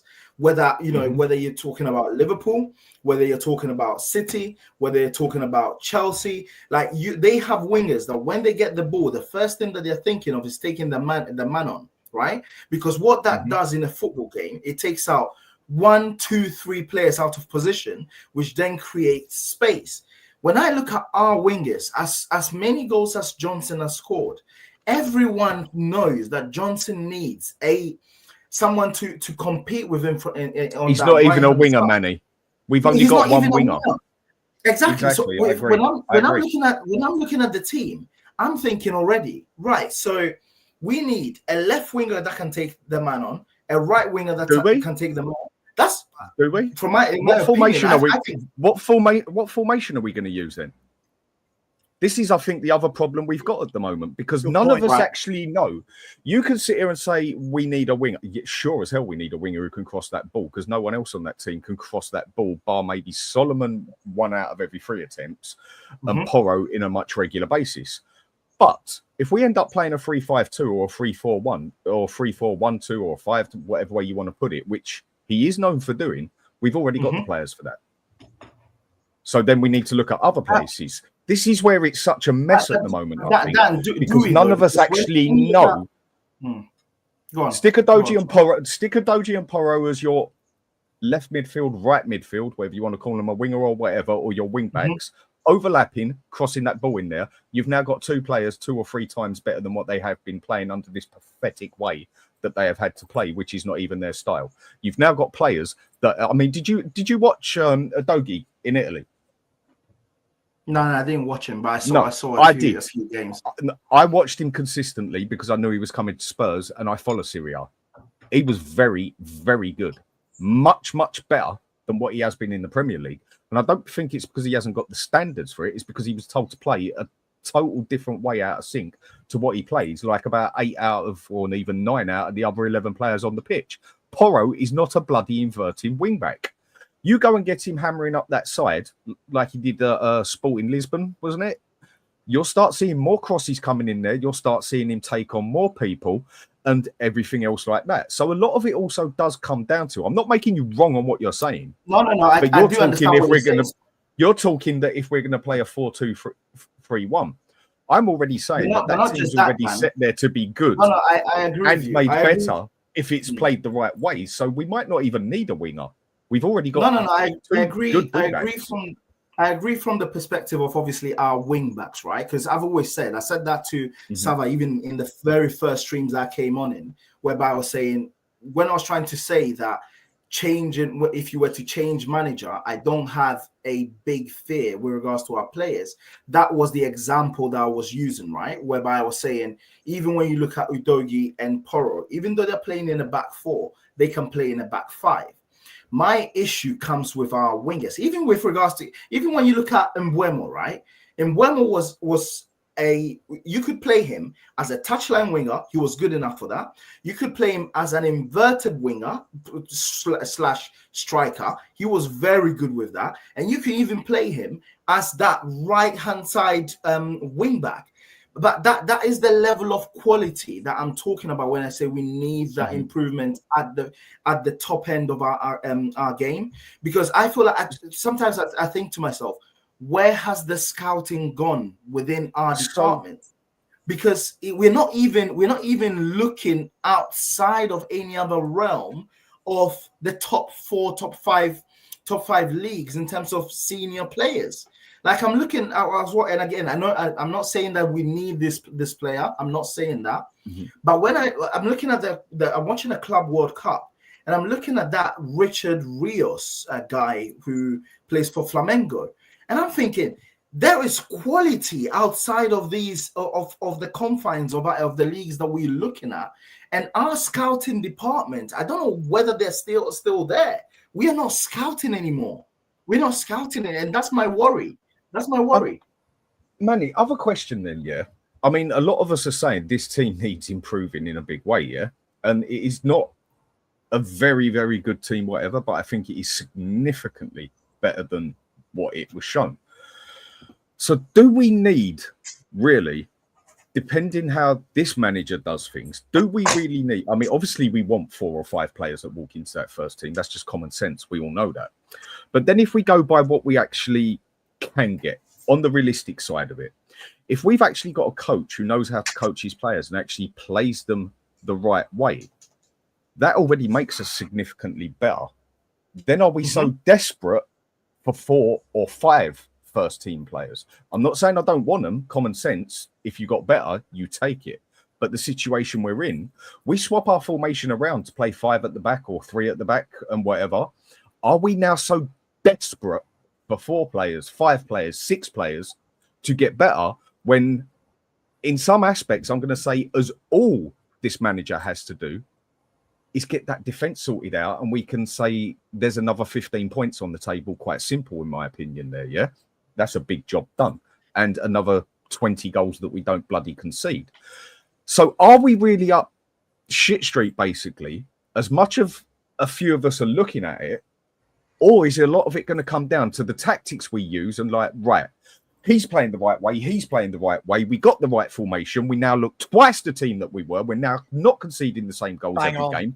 The ball's now going forward, left, right and centre. The balls are now getting crossed in there. Solanke's now getting used to his advantage, or Richarlison, whoever's in the middle, hopefully neither of them, but can use it with a bit more force as well. And that, right, now we need to purely focus on that one, and we go up another level. Or are we just this total shambolic team that needs 6 players? No, I don't think. Is it actually going to show? Is it actually going to show how piss poor this manager actually was? I think from my perspective, Dan, right, is I don't think we're a shambolic team in terms of, I've always said we're not 17th, right? I've always said, even with the injuries, I felt that. But we ended up shambolic, wasn't it? I felt it was a mitigating circumstance, but even with that, there was XYZ, right? But my whole point is there are certain things that I know for a fact are going to happen. One being what's his name? Our striker, not Solanke. Richarlison being injured mid-season, right? Mm-hmm. He is going to be injured mid-season. I know that Madders is going to be injured mid-season. Yeah. So even though Frank is a coach, at least we need to be able to help him out with things that we know for a fact are going to happen. So when you say we need backup players?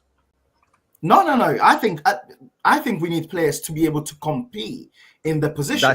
Because I'll go with that. Johnson, again, is not a winger, in my opinion. Frank might get the best out of him by playing him as an inverted forward. But when things get deep and we need to change formation and we need to have someone being a touchline winger, is Frank going to be looking at it thinking, I can't even bring anybody on to be able to change the way we're playing? Those are which is why I'm saying I don't think we need 4 or 5. We need to be realistic. But I think, in my opinion, 2, 3 first team players to challenge the other first team players is what is required. Right.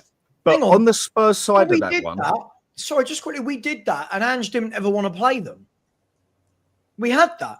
We brought in Radu Dragusin, who's a Romanian international centre-back. And the guy never got a game unless somebody was injured, right? So he didn't want to rotate. You had Jed Spence, who is probably the best fullback defensively at the club. 100%. Didn't put him into the Europa League squad, only used him when he'd completely burnt out Udogie, who was starting the season off the back of a major operation, right? You had Gray, never given a game in midfield, right? You had all of these different things that he could have done, and he never did. So, listen, I don't think it's that we've never done it. We need a manager that's tactically flexible to implement that. And I think Dan is spot on.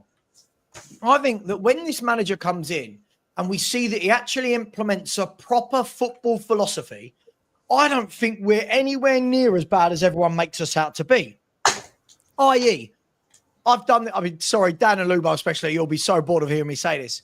I look at the Premier League table, and other than the top 6, I don't think any of those other squads are better than Tottenham's. I'll say this time and time again. Again, no one's going to tell me that Forest, Brighton, Bournemouth, Brentford, Fulham, Palace, Everton, West Ham, Man U and Wolves have better squads than Tottenham Hotspur. I agree. Right? No one's going to tell me 100%, Savva, but they're not the ones that we're trying. But again, I cast. Well, we are trying to catch them. We just finished. We are trying to catch them. We have to get up the table. No, sorry. No. The point I'm trying to make. What about our squad is not as bad as you guys said to me. Our squad is not as bad as we were last season, and I fully agree with you. So 100%, we're catching them purely because we were 17th. Do I think if Frank comes in and actually coaches the way you guys are saying to me that he's going to coach, we're going to end up 17th? We're not going to end up 17th. My point is that what we are trying to do is we're not just trying to catch your 5th, 6th place, 6th, 7th place teams. We're trying to keep up with the other teams that are also reinforcing at all times, and we also have some players. Chelsea, Arsenal. But when you say that, what's the proof that we're trying to keep up with them? You mean as fans, we want to keep up with them? But that's exactly spot on. Hang on, Money. I don't look at that top 4. I started the show by saying this. I look at that top 4, right? Arsenal, Liverpool, City, Chelsea. They are gone. They are so far away from Tottenham, it's unreal. You're then looking at the next 2, which is the bracket we should be fighting in, which is Villa and Newcastle, right? Yeah. You then look at that bracket. That's where Tottenham should be operating, in my opinion. So at the moment, I'm not panicking like everyone else. Yeah, I'm concerned, but I'm not panicking like everyone else because I haven't seen those 2 clubs do anything either. And I truly believe that Thomas Frank, with his coaching ability, would have us where Villa and Newcastle were, battling out for 5th, 6th, 7th, right? So, which is fine. But our hierarchy needs to help it. Like it's as if, but that what you've just said is, in my opinion, as if that's what they're telling themselves, that right, the guy does not need any help because he might be in and around that conversation. The point that I am making is that there are certain things that we already know. We already know going to happen to our squad. There are certain things we already know. The injuries that Maddison and, as you pointed out to me, Van de Ven, Romero, Richarlison. These are not Spurs injuries. They were injured in the teams that were before even Spurs. So we know these things, right? And I agree with you with regards to our defense. Our defense I'm okay with because, yes, Ange didn't use Dragushin. He didn't rotate as much as he was supposed to. And I cast him for that part. But I'm looking at the other side of things, which is the striking side of things. I'm looking at our right-hand side, and I'm looking at, sorry to say, and people will agree with me, but our left-hand side, and I am not convinced. I'm not convinced. I just genuinely think we need to prop up to help the guy. But how? Okay, I'll go with that one. I'm with you on that one. And I still say I quite happily have 6 first-team players in there. But let's be realistic now, yeah? We are only Tottenham Hotspur. In other things, we are Tottenham Hotspur and should be much bigger. But in other things, we are only Tottenham Hotspur. So what do you actually want?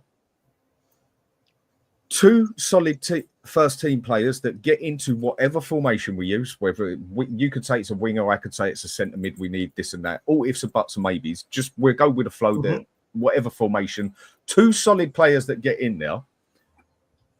Are Spurs then going to have the capability, the money, especially with the owner we got, to then go and get another 3 players to add depth to that team, but are already of the same quality of the players on that team? Or are you saying that we get these 2 players in that get into that team, and then we also have to buy some significant backup as we haven't got enough backup in the team? What point are you actually trying to get at? No, the point I'm trying to make is that we need two players. So if we were to get a right winger, automatically Johnson becomes our backup, if you want to call him. I don't see him as a backup. I see him as someone who's going to compete for his place, right?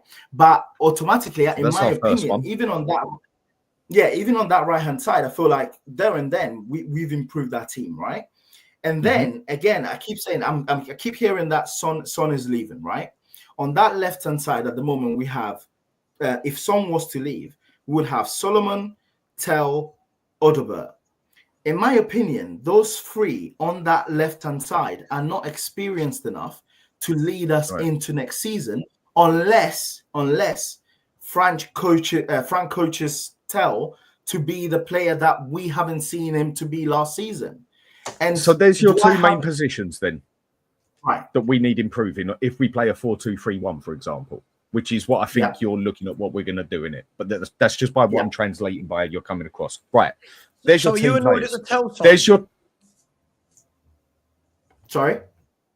If you agree that the left-hand side is a priority, are you annoyed then that we've spent 40-odd million of our transfer money, I don't care which year it goes into, £40 million on Tell? The question, these questions are so nuanced, Savva, right? No, it's not nuanced. No. Let me tell you why. Go right? on. Yeah. Because we are Spurs, right? Yes, I am annoyed by that signing. And what do I mean that because we're Spurs? Because I know for a fact, not a fact, but I know that we had a transfer kitty for the summer, and Tell would be coming out of the transfer kitty for the summer and prevent us from doing something better. That's the reason why I say that. Because when I look at Tell, I see a player that needs coaching, developing, nurturing. So is it okay? Let's get off this fence, Manny. Let's get off this fence. Is he good enough for Spurs' first team right now? No, he's not. Okay, so we shouldn't have bought him, right? Is that what we're saying? We shouldn't have bought him. But that's the point. But that's exactly what I'm saying. He will prevent his transfer. If we were a proper club, we would have bought Tell for the future and bought someone in now for the now. But we are not that club. We are not. We've shown that we're not that. And that's the reason why I forward with the signings. So you can argue it all day long. So you say on the 4-2-3-1, the main two places you would personally improve. I mean, we've each got our own to it at the end of the day. There's no wrong or right in this one, I don't think. Is the left and the right wing. Yeah. Right. So where do we get the backup? Because we're not going to have the money to spend, because we never bloody do, and we don't pay the wages and whatever. So it's all good saying we need this, we need that. But now let's be realistic with what we could get. So where do we get the backup players then? Because I don't even think I personally think if we go out there and spend another 30 million, you could stick another midfielder in that midfield quite easily and make it free. But we've said 2. So where do the 3 backup players go then? Because we don't usually go and buy. I don't think we need that. I don't think we need that.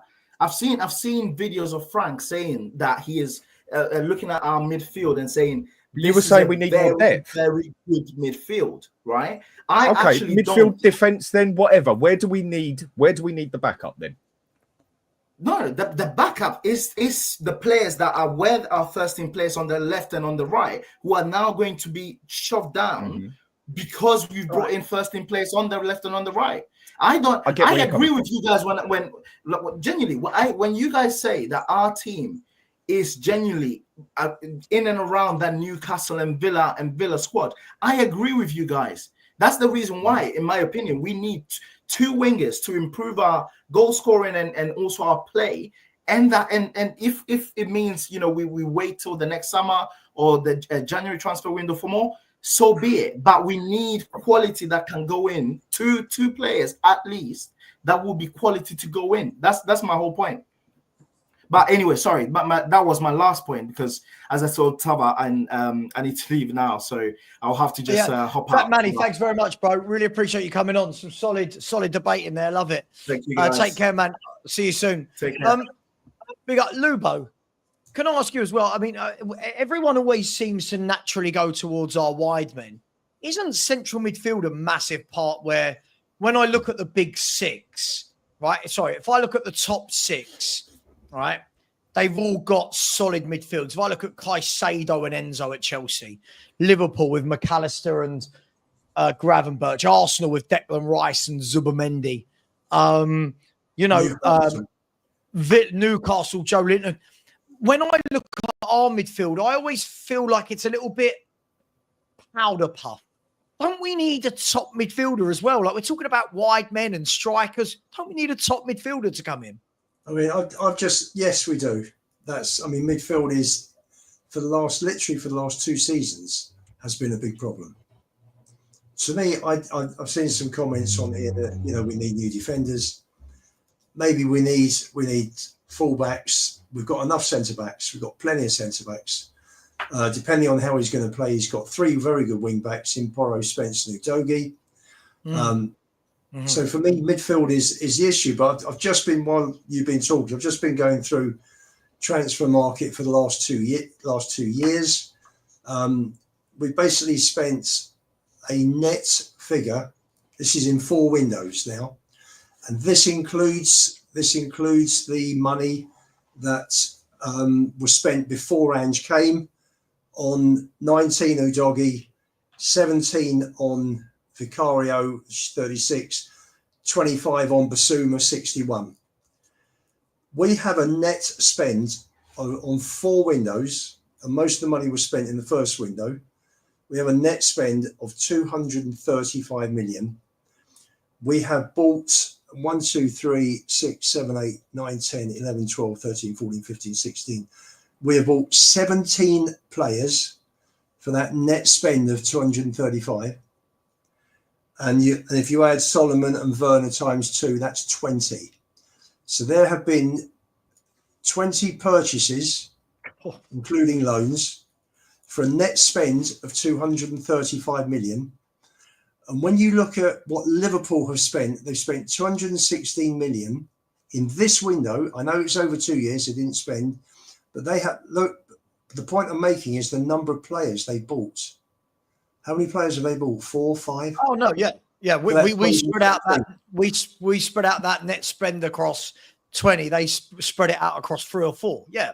That's right. So this is always the problem. It's always, as you said, Dan, before, quantity over quality. What you said, Sav, on Dan's show last night about a first 11. It's only ever a first 11. Yeah. Where you've got, or 12 or 13, where you've got strength in depth. You've never got 17, 18, 20 players, where you've got players coming in, and when a player gets injured, player comes in, and the transition is seamless from the first team player to the replacement. And this is the problem. And so you've got all these players, none of whom are game changers. Not many of them, if any, are game changers. So for me, do I think Ange was backed personally from the time he came in? He walked into maybe half a dozen decent players, because at the time he didn't know Kane was going. He had Benson Curry, he had Romero, he had Son. He knew Kane was going. He knew Kane was going before he turned up. He said it, and Kane said it. Yeah. He said it on day one. He knew Kane was going. Then take Kane out. You had Son, Romero, and Benson Curry from that team that had finished. Mora was going, and Lloris was going. Dyer was going. There were plenty that were going, that were that wanted to go, or on the way out, or not good enough. So for me, was he backed, which is a completely separate situation to, yes, I wanted him out. I didn't think he was particularly good at most things. He got us through Europe, and full marks to him for that. But everything else I wasn't happy with. So just in case people think I'm erring on Ange's side, I'm not. But what I will say is that, was he properly backed? No, he wasn't. And when you look at what the big clubs are spending their money on... Yeah, but we're not them. We are not... No, but we are not even attempting. Chelsea have just... Yeah, but would you expect to Lap, and who was the other one? And Pedro, for 135 million. They have revamped in the last 2 weeks, They have revamped their entire forward line for 135 million. 3 players. Done. Bang. I done. understand it, but when I feel like we need to have this conversation. We keep basing ourselves, right, against Liverpool, against City, against Chelsea. Why? Why are we basing ourselves against these these clubs? If you start basing yourself with Brighton, then you're going to say, fine, let's go and get these 10 million No, pound that's not deals. what I asked. That's not what I asked. No, I didn't ask you about Brighton. Because you've got to look up. For me, you've got to look up at the clubs that are doing it. You've mentioned the teams that are stronger than us, and they're the teams we've got to aspire to. We've got to get the squads that are on their level, maybe not City or Liverpool, but you want to get on a level towards Chelsea and Arsenal, right? And then you're competing. Like we were 6-7 years ago, Sav. But we were 6-7 years ago. Sure, but all it of those 20-30 years ago that we were there.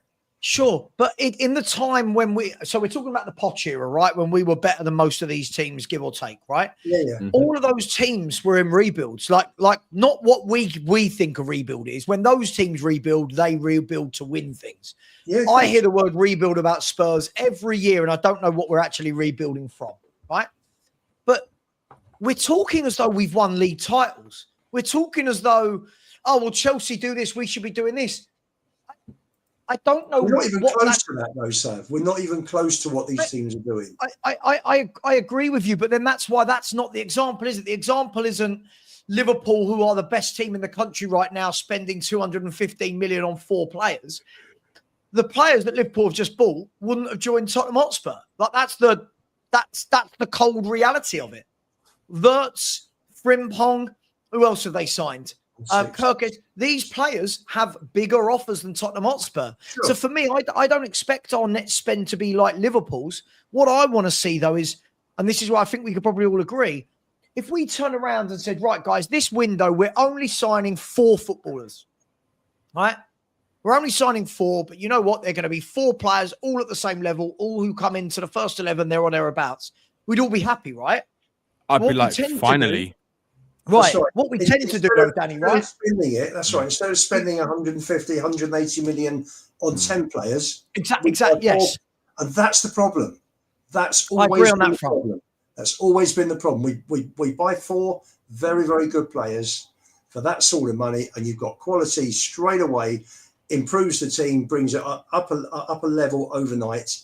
Plus, you've got Frank, whose coaching is going to take us on, hopefully, that much higher as well. So all of a sudden, you're starting to become, if not competitive with the top clubs, if not competitive with the top 4 or 5, you're then starting to become difficult to beat. So we need quality, not quantity.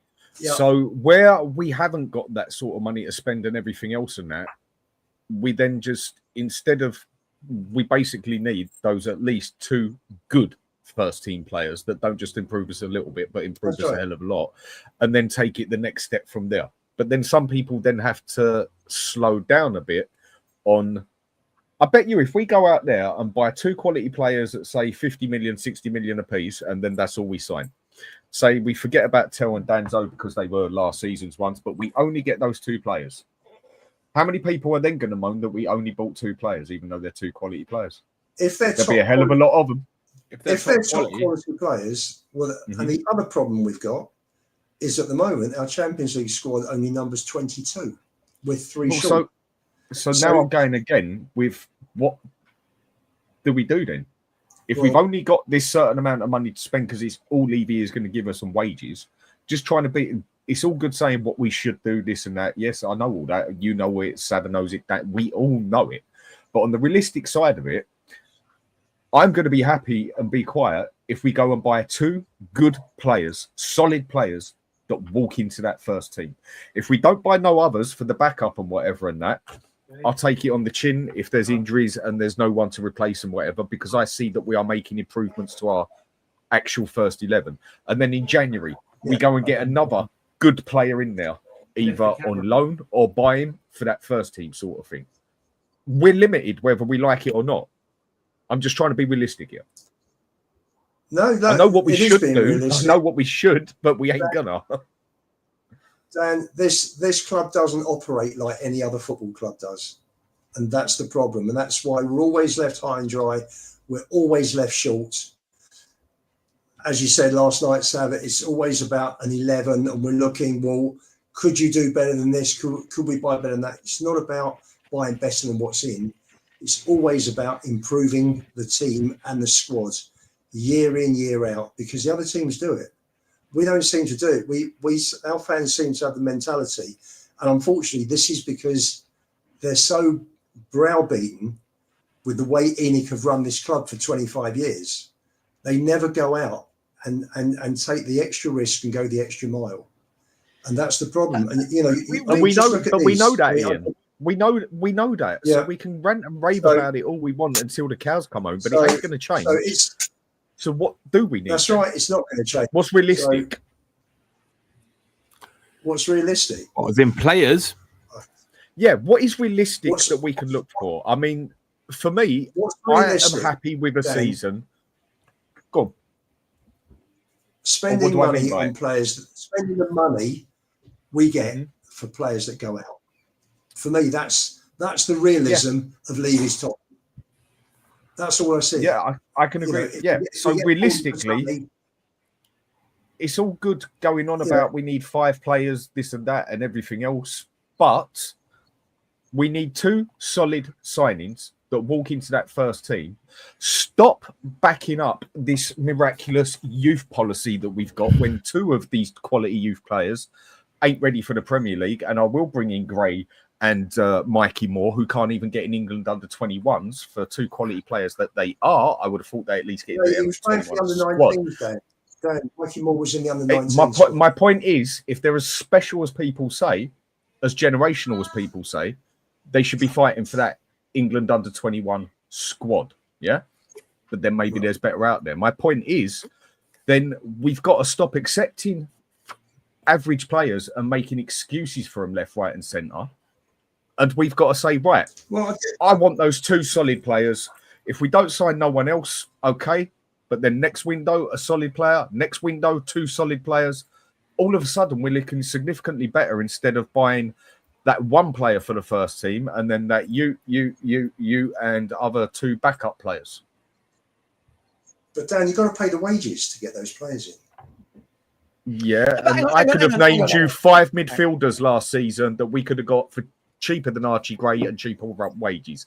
Don't want to go into the Gray one, but it is what it is. Can we? Sorry, I've done this before. I'm going to do it again. And Danny, I'm going to bring this in, right? I feel like when we talk about wages, I feel like it's the laziest thing ever. I did this the other day. When you actually look at how many Chelsea have got more than us. When you actually look how many Arsenal have got on more than us. When you look at these clubs, right? For me, this is lazy. For me, it's not a wages problem. It's a scouting problem. For me, there are players all over Europe that are on less than 100 grand a week that would walk into Tottenham Hotspur's 11. For me, Danny, I think we've got to sort the scouting out. That has always been where I've labelled this at.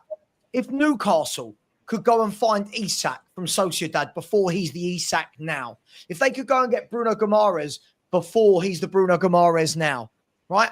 If they can go and get Tonali out of Milan, are you telling me we couldn't have afforded to pay Bruno Guimaraes, Tonali, and Isak when they got them? What the wages? How much are those players? How much are those players on now? The wages. I could tell you what they're on now, but I'm guessing a few of them have had wage increases. Let me have a look. Who am I looking at? Newcastle. Yeah. Newcastle. So right now, for example, Isak, Tonali, and Guimaraes. What are their wages? So right now, Bruno Guimaraes is the top earner on at 160. Right, but he got a new contract. Okay, he got a new contract, so he didn't come in on that. Right, Sandro Tonali is on 120 grand a week. That's right, Isak reasonable. On 120 grand a week. Right, so I'm sorry when I hear from everybody that it's wages, I feel like this is a very lazy baseline argument. I think it's scouting. Go and get the João Pedros before they go to Chelsea. You know, go and get the The one thing I do know as well, Sav, is I know because I know what happened with the Steven Bergwijn deal when they brought Bergwijn to the club, right? And Sissoko, I think there's always an element of not just the players' wages, it's how the deal can be structured and how much money they have to pay up front. So I think that plays a massive part, was an element of the players, the deals that we do and the players that we bring in. Because if example, I don't know what the Guimaraes deal is, but just say for argument's sake, right? They paid £60 million or £50 million up front, right? Spurs are never going to pay that sort of money up front. But neither would Newcastle have, would they? No, I know, but I'm just other clubs saying, are not doing it. I'm just saying though, like Tottenham will always look for the deal that is best suited for the financials in terms of whether it's over a long period, whether it's I don't know, whatever it could be, whether they get money on certain targets that are met, whatever it is. But it's like just like Sissoko. The only reason we brought Sissoko in for more money than what we should have paid for Wijnaldum was because we got to pay the fee for £5 million a year rather than what Newcastle wanted at the time, which was 25 million up front when he went to Liverpool, right? So I'm just saying, like in that kind of respect, there's always elements of not just the wages, it's how the deal is also structured, the signing on fees for the agents, all this kind of stuff. So I think like those type of players, I don't know, maybe it could be a bigger fees or harder deals to do. But of course, it's part of a scouting problem, but it's also part of a Tottenham problem too. Because I think I agree historically, they've been like that for the last 10 years, right? At least. Yeah. So unless they change their strategy in the way that they bring in players, right, then I think we're going to see more of the same in the next few years, to be honest. And I don't disagree with you on that front. Like do you know what we're going to see, Sav? Do you know what I'm going to see? Honestly, we're going to see players like those, like Ramsey at Villa. Like, for example, we'll go and spend 50 million on him, right? I think he's coming. Do you know what I mean? Like it's Savva. Like when I saw the links, I want Harvey Elliott. Yeah, but when I saw the links for that, right, I was thinking that is exactly the type of deal Spurs would do. They would go and pay £50 million for a bang average player that can't even get into the Villa first team, right? Who I think is no better than what we've got, right? Just because he's English, right? And it just boils my blood, which is why I don't let it boil my blood, because there's no need for it. It just makes me more stressed out because Tottenham are just being Tottenham. It's like when you can go and pay £50 million for an Edison at Atalanta, who's quality, right? You go and bring him in, and I guarantee you probably pay less wages for him than you would someone like Ramsey. Like, this is the logic. This is where it comes into, Sav, the thing of the opinion about how scouting is a problem. Like, why do Spurs go for a player like Dominic Solanke or Brennan Johnson, as much as he's a hero for this goal in the Europa League final, right? But again, players like Brennan Johnson, again, players like the Ramseys, right? Then we can go and get quality for far less money. It doesn't make any logical sense. This is what I don't understand at this football club. I don't understand it. By the way, guys, I want to do some super chats, but listen, I don't disagree with that. But by the way, I don't think people in the chat understand. Sometimes when I say things, I'm trying to promote debate and I'm trying to push. Yeah. I of course understand how Tottenham work. I'm just saying that there are, like when Dan and I had this conversation last year about central midfielders you could have bought that were cheaper than like the Archie Gray and on the same salary. The argument of, but salary, it doesn't work in those examples. Do you know what, Sav? Do you know, sorry to interrupt you, mate, but like Archie Gray, who's he on, like 70, 80 grand a week? He's on like 75 grand a week. Something like that, right? And we paid £40 million for him.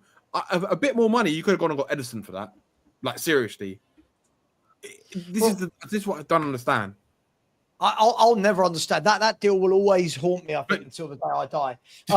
Let me just quickly go to look, because Danny, we sit there and we say to ourselves, we all know how Spurs act, but then we condone signings like that. That's where, as a fan base, we should be going, no, don't want that player. Don't. I agree. I agree. Right? But do you think? Hang on. Dan, let me finish. This is why I'm not annoyed about the Takai deal. The Takai deal at 5 million, that's what you should be paying for young players, right? 5 million, if it works out, it's a bargain, like Dele Alli, right? If it doesn't work out, it's 5 million. right? For me, though, when you're going and spending 35, 40 million pounds on that, when you're spending the 30 million, whatever it was on Odegaard, right? When you know, that's 70 odd million between those two footballers that don't improve Tottenham Hotspur. Now, for a club that don't have 70 million in excess cash, I'm going, well, who sanctioned that? That's like me going shopping, right, with the wife, right? And we're going, right, here's all our essential groceries that we've got to get. Here's all the detergent, the washing up liquid, all the household needs, not wants, the needs, the musts. That's like me coming back, going to the wife, oh, I've just bought this Dyson fan from the electrical section for 200 quid. Why did you do that? Oh, because I think it'll be beneficial in a few years. Like, what do you mean? We haven't got the money to buy what we need right here. That's probably not a great analogy, but you know what I mean? Buy what you need, not punts. But so and this is why Lupo and I will always disagree on this absolute waste of money. But do you not think then, Sav? Do you not think the way that we do our transfers, right? Just to go on to exactly your point, right? It's the way that the club is run, like the way that Daniel Levy's mindset is in terms of he wants to look for things that he can invest in to then eventually create a higher profit in the future, right? And in their mindset is they want to bring in their let's just say their mantra, right? Or their idea of what they would like to do is bring in young English players, right? Like your Archie Grays, hope that they develop into the players that they think the potential that they have, right? Develop into that. And then their market value then doubles or triples because they're English and if they are that good, a top club will buy them. And then if you sell them on, you're going to make double or triple the profit that you made on it. And is that not the way that Daniel Levy has always been at this football club? The way he always is. Sure, but Danny, this is why the Archie Gray one. I've got to do these super chats in a second. This is why the Archie Gray one didn't make sense. Normally he does that, Danny. Normally he goes for the young cheap player, and you think, right, what can we flip them at, and what will they be worth in the future? He's not done that with Gray. They've gone in. What is Gray like? The fourth most expensive. You're blind. You're totally ignoring what happened. Well, hang on a minute. The whole thing with Brentford. Hang on. You haven't the whole time 5 minutes having a pop at Archie Gray. Brentford set the price. No. Spurs didn't have to pay it. That's so nonsensical, Lubo. So because Brentford were going to pay 35 means we go, oh, we've got to pay it then. Surely a proper club turn around and go, we've got bigger needs. 35, 40 million is not going on this kid, right? If you buy them in, Rodon went the other way. Whichever way we're going to chop it up, Rodon was still worth money, right? It was still worth money, right, when he went. So if you're going to do that, go and get Hayden Hackney. If you were going to do that, go and get Wharton. We were scouting Blackburn for years for Phillips and came back with Phillips and not Wharton. Go and get these people. But we didn't. We went in for Archie. And this isn't about Archie Gray. I feel for the kid. I feel like we're going to ruin this kid's career, right? But this is my point. You've got Lubo on one hand. You're telling me we don't have all this money. We've got to be sensible. We've got to be clever. And on the other hand, we're praising signings like Archie Gray. And this is where I can't quite make it work in my head. Sam, we've got the money. You look at the money that's been spent over the last couple of years, but it's spent completely wrong. It's spent on quantity and players who will come in on low wages rather than higher wages and much fewer players that will bring us quality. That's the problem. It's not about it's too many kids in there. I mean, look at all the kids that he brought in, and during the 2 years, Veliz, Phillips, Tell, Kinski 4, Odegaard 5, Yang 6, Gray 7, Bergval 8. I mean, there's 8. I mean, just 8 kids. So then why sanction another kid in an important area? Why sanction another kid? Who are you talking about? The Japanese boy? No, I'm talking about the one that cost us an arm he was like the 4th most expensive teenager of all time. Okay. Yeah, that is insane. No, not okay. Come back to me in 2 or 3 years' time. Come back to me unless you're Mystic Meg. Unless you're missing. But look, we haven't got 2 or 3 years, Ian. If we go What and do about it again, now, we end Ian? up doing another. Instead of going out and putting 40 million and 35 million and another 42 million on substandard players who have not proved themselves in any way, then nobody has got the right to sit here and complain that we did not spend 50, 60 million on a quality The player. operating profit, funny. call it gross profit, for the last 2 years is 282 million. We have got the extra money to buy these established players. The money's there. Ian, we don't do it. He has taken You know 90 this. million out on property. But Lubo, can I just say, sorry, you're the one, right? You're the one that preaches. You're the one that preaches at us as to how Daniel Levy and Spurs operate, and you hate it. Then, in the same breath, saying, "So the problem isn't spending that money on Archie." Well, if you know how we operate, then yes, that was a massive problem. That money, as Dan and I said last year, should have gone on a 25, 30 million pound midfielder on the same wages, who was oven ready and cooked to go into that midfield. And this is my biggest point to you, Lubo, right? This was my biggest point then, and I'll use it now. We already had Bergvall at the club as a young midfielder to bring through. So this argument of come and see me in 3 years. In 3 years, I don't care about the signing of Archie Gray. I care about now. Like last summer, we didn't need another kid who isn't good enough to play central midfield for Tottenham. We needed a midfielder that was ready to go. You could have had a Locatelli. He was going after Gallagher. If he'd have gone for Locatelli instead of Gallagher, you wouldn't be talking about Archie Gray, because Locatelli would have been our midfield. Yeah, we know that though. We know how it works. It's like I've said to you before, Ian. What should be done at Tottenham is a bloody long list. What actually gets done at Tottenham is a very short list. And we all know the facts. At the end of the day, headbutting a wall bloody hurts, so I ain't going to headbutt it again. Do you get what I mean? It's like, whatever way you want me to describe Tottenham, stick lipstick on a pig, it's still a bloody pig. We know what it is. We know what we do. So we can argue it left, right and centre all day long. But then at the end of the day, if we're going to go and spend 40 million, 45 million on a younger player, and then people go and tell me that Harvey Elliott is not good enough. Dan, get the senior player you need. This is what. See, the one thing that you're praising that signing for is what you're having to go at this window for. Okay. This window, am I right in saying this window you don't want any more kids? Is that right? What now? No, we need established players. Hang on. Let me get there. Right. I'm going to put you in a pretzel, and then let's get your answer out of it. Right. I asked you earlier, and I did it very blatantly, and I did it on purpose for this very reason. I said to you, do Spurs need a better midfielder, right? You turn around and unequivocally, you said yes, right? Correct. So you're also now saying we don't need any more young players, correct? Absolutely, we've got plenty. Brilliant. So Tottenham go out this window, hypothetically, let's just use him. I'm not saying we're going to get him, people. Let's just use him. We go and get Locatelli or Paulinho. Yeah. Right? Or Douglas Luiz, any of those three. Or Douglas Luiz, who, listen, insert name, it doesn't matter. Experienced midfielder. Yeah. So now what you've done is you've added an experienced midfielder into the midfield, right? Mm-hmm. Which pushes Archie Gray another run down the list of who should play in central midfield. Hang on, hear me out. Because Jose's after Basuma, isn't he? So you're going to get one or two going out. You're going to get Basuma dropping out, aren't you? So I'm asking this question. All right. So, okay, Basuma goes out. Douglas Luiz comes in. All right. Okay. So Douglas Luiz, let's say Frank plays the 4-2-3-1 with a double pivot.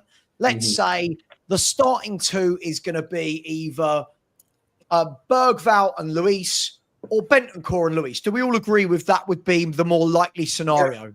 Yeah. Right? Yeah. You've then got Papa Sarr and you've got Archie Gray. Please He's no now closer. tell me. Hang on. Hang on. Please now tell me, how does Archie Gray get games? This is the same thing I asked you last window and didn't get an answer for. I'm asking you, if you've got 5 central midfielders, Archie Gray is the worst of all of them. How does this man get any game time to become a regular midfielder at Tottenham Hotspur? Well, I've got every confidence that Frank will turn him into. He'll take him up several levels because Frank wanted him last year. But okay. So but he's now, gonna have- now, hang on. Sorry, Dan. No. What I'm going to do now is I'm now going to go back to the question I actually asked you. I didn't ask you about Frank coaching him. My point is this: if Spurs start, that is part of it. But if Bentancur and Luis start, then that naturally means that the next one in the run is Bergvall. If Bergvall starts, naturally the next one in the run is Bentancur. So you said on Dan's show last night about we only want 11. We only talk about 11. No. Now you're starting to get strength in depth, aren't you? But I don't think Archie Gray is strength in depth. This is the problem. Archie Gray, for me, Frankie will be. I think Archie Gray right now is the weakest central midfielder at Tottenham, and if not one of the weakest central midfielders in the Premier League. That's the problem that we've got. So I'm asking the question: if Bergvall and Luis, 3 games. let me finish. If Bergvall and Luis, sorry, what you answer that again? You're judging him on 3 games. I'm judging him on watching him as a footballer, and do you know what I'm judging him on, Lubo? No manager for 2 years has played him in midfield. The England under-21s play people like Tyler Morton and Hayden Hackney in front of him in midfield, right? So you seem to think he's a central midfielder when none of these managers do, right? He is the weakest midfielder at Tottenham. You know that, right? You know deep down he's the weakest centre mid we've got at Spurs, right? Do you agree? Well, with the 3 match that I've seen him, I can't judge. I can't say anything other, can I? He's only played 3 games. How can I judge 3 games? Sar's played about, I don't know how many, 50, 60. Basuma's much more established. He's 27, 28. Bentancur's Uruguayan international. So how is it? So if you've seen that, then if that's your answer, I'll go back again to what my point is always. If I can't judge him on those 3 games, how can you judge him on those 3 games and tell me he should be in our central midfield? We're Tottenham Hotspur. Hang on. Earlier on, you're talking about we've got to compete with Chelsea and we've got to do what Liverpool do. Now it's, Archie Gray should be part of our midfield. Did I not say to you the other week that for me personally, I would bring Paulina in and I'd let Gray shadow him and learn from him. That's what I said a few weeks ago. But we need quality over quantity is what we've been saying. And we all know we're not going to get many options of it, possibly 2 players if we was lucky sort of thing. And for the 40 million, we agreed earlier, we might not. We agreed, Ian, we agreed earlier that it might not be 6 we need. You so much. Luke, we now have to, for 40 million, we have now basically bought a player that can't get into his position, doesn't stand out in any means or manner anywhere. He can't even touch England under 21s. I know, but the point is, Ian, we are now he's basically in a position that we need to put a 40 million player out on bloody loan. No, we don't. Why? How does he play so then? If we go and get this midfielder, then where does he get in any closer? Even if we sell Basuma, he's no bloody closer. He's got to no bloody closer, place, isn't he? Like all of them, he's got to earn his place. Yeah, I just feel like you tell me I can't judge him off the basis of 3 games, but on the basis of those 3 games, I'm hearing that he's a good player and I'll see. And I don't know what he's based on. I think he did well coming in, playing across the back 4, 18 years old, in a much higher level than he's ever played at. James Flowers got a question for you, Lubo. He said, Savva. Big up, James, by the way. By the way, if anyone needs some water sorted out, I think his business is water and plumbing and stuff. Go to Flowers Plumbing online. Put your link in the chat. Savva, if Frank takes Gray up 4 or 5 levels, why does Lubo want another starting centre mid? Is that not a waste of money? Over to you, Lubo. You can never have too many good players in a squad, and that's what we've always been lacking. See, James is thinking again, like you were describing the fans, only about the first 11. We've got to have a first 22 players. If we're going to get up there and challenge, we've got to have a first 20 or 22 players, so that players can seamlessly replace a player who might be injured. And then to stay good, Ian, we need players as not backup, but players of the quality of the players on the pitch, so that when one comes off, we don't go down like that. That's what I Whereas just said. with what, yeah, I'm agreeing with you. But on the other side at the moment, we've got an injury there, we got an injury there, we got two in the middle, we've got our fifth choice sitting there, Archie Gray. Right, whoever comes off in midfield, we go from there, hit the floor like a sack of shit. Can I ask a question? Can I ask a question So, while we're talking about we need Gray? quality. Can I ask a question? What I want to know is this, right? What I want to know is this: if we truly do want to be thinking about Liverpool, Chelsea, Arsenal, none of these clubs are doing this. None of these Chelsea. We know what Chelsea do. Chelsea have got pots of money. They go and buy all these kids and then sell them on for loads of money. But none of the others. Liverpool don't do it, right? Arsenal don't do it. Look at Arsenal. They bring in. It was Jorginho, experienced for the squad depth, right? Now it's Norgard, the experience for the squad depth. Look at Aston Villa. Who did Aston Villa bring? Look at their midfield options. Kamara, Tielemans, Onana, McGinn, Jacob Ram. None of them are kids that they're buying for massive money. They're buying. So why are we different? If we are different, how can we then say we want to be like those clubs if we don't want to operate like that? Aren't we being contradictory? To be like them, you've got to act like them, basically, haven't you? Same as the way, if someone keeps cheating and winning, they're winning because they're cheating. Usually the only way you're going to catch up with them is if you start cheating as well. And then when I mention players like Harvey Elliott, and a lot of people then start saying, oh, but he can't get in Liverpool's first team. Don't make me laugh. Archie Gray wouldn't even get in Liverpool's sub-team, for God's sake. He'd be lucky if he even reached their under-19s team for the quality that they've got there. And it is not a specific problem with a person. It is a problem with the situation and the money that has gone to it and how much contradicting goes through it on how we need to improve. We need 2 first team. No, we don't. 3. No, we don't. 6 first team players. This. And then we sit there and basically defend 40 million on a player that was incapable of Premier League football, basically, and had never played Premier League football. And we didn't just do that with Gray, we did it with bloody Odegaard, and we've now gone and done it with Tell, basically, as well. Doesn't look adequate for the Premier League. Another young one I think we've wasted money on when we're saying we need between 3 and 6 first team players. Well, what do we do then? Not going to happen, Dan. Because of the way the club operates. And that's what I've been saying the whole time. I've also said Gray was overpriced at 40 million. Someone like him, you pay no more than 20. Spurs wanted him. Brentford had offered 40. If Spurs wanted Gray, that's to match the price. It's as simple as that. The deals like Bergvall. Can I ask let me ask you, why did this is the thing I can't work out in my head. I get it if we're going toe to toe for a top youngster, like a player where you like a Doué. You know, like when we were in for Doué, you go, yeah, look at that boy, he can play. He's one of the top in the world. Hang on. Yeah, I haven't heard my question yet. All right, that's where I would get it. But why have we gone in for this massive price that you just admitted it is? What have they seen in Gray that they've gone? Yeah, we have got to go. We've got to go and do what we've never done, which is pay that much money for a teenager. We've got to. What is it about this kid, Lubo, that anyone has seen where they've gone, we must match Brentford's 35, 40 million, You've got whatever to it ask is. recruitment. You've got to ask the recruitment squad. No, but I'm asking you because you rate him. So I'm saying, what is it that you've seen in him where you go, oh, that boy he's going to be brilliant? What is it? It's going to be very good. He's not ready yet. That's why I thought 40 was too high for him.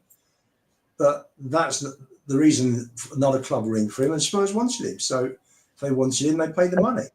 Matty K, he's not great. Matty, I'm going to give you the benefit of the doubt because of your age here. He's not overhated.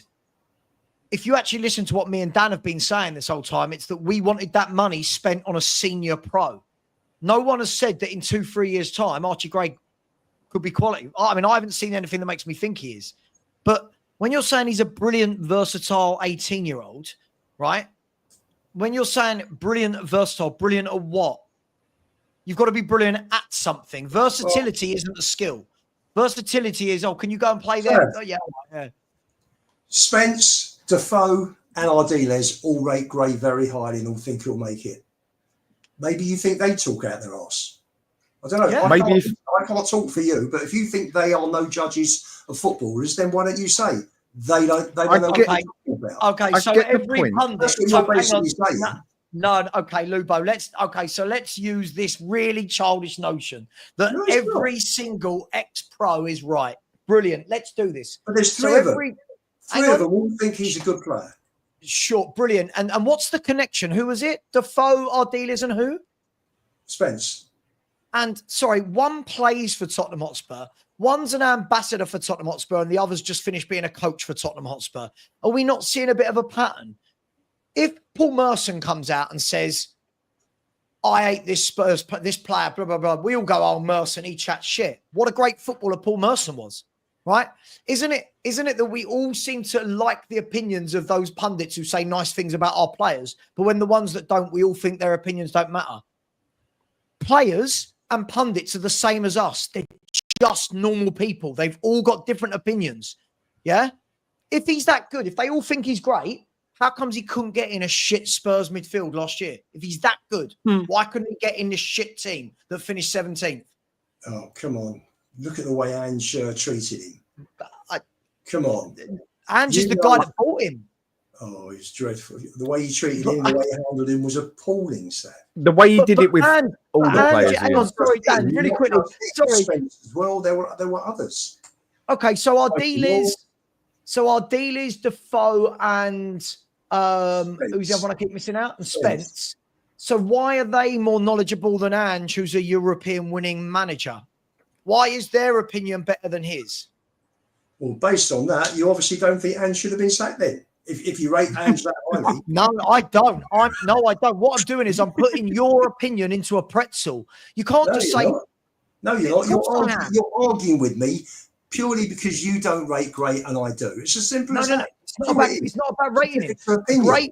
Gray's probably a very good young player in the Championship. I support Tottenham Hotspur, not Archie Gray. So is it wrong for me to say? Is it wrong for me to say that maybe you think that he may, in a few years' time, turn into a very good player? But of course, anyone could. Absolutely, I think that's the whole point, Lubo. Now is that right now, Archie Gray is not at the level we require to have in our team for where we want to be.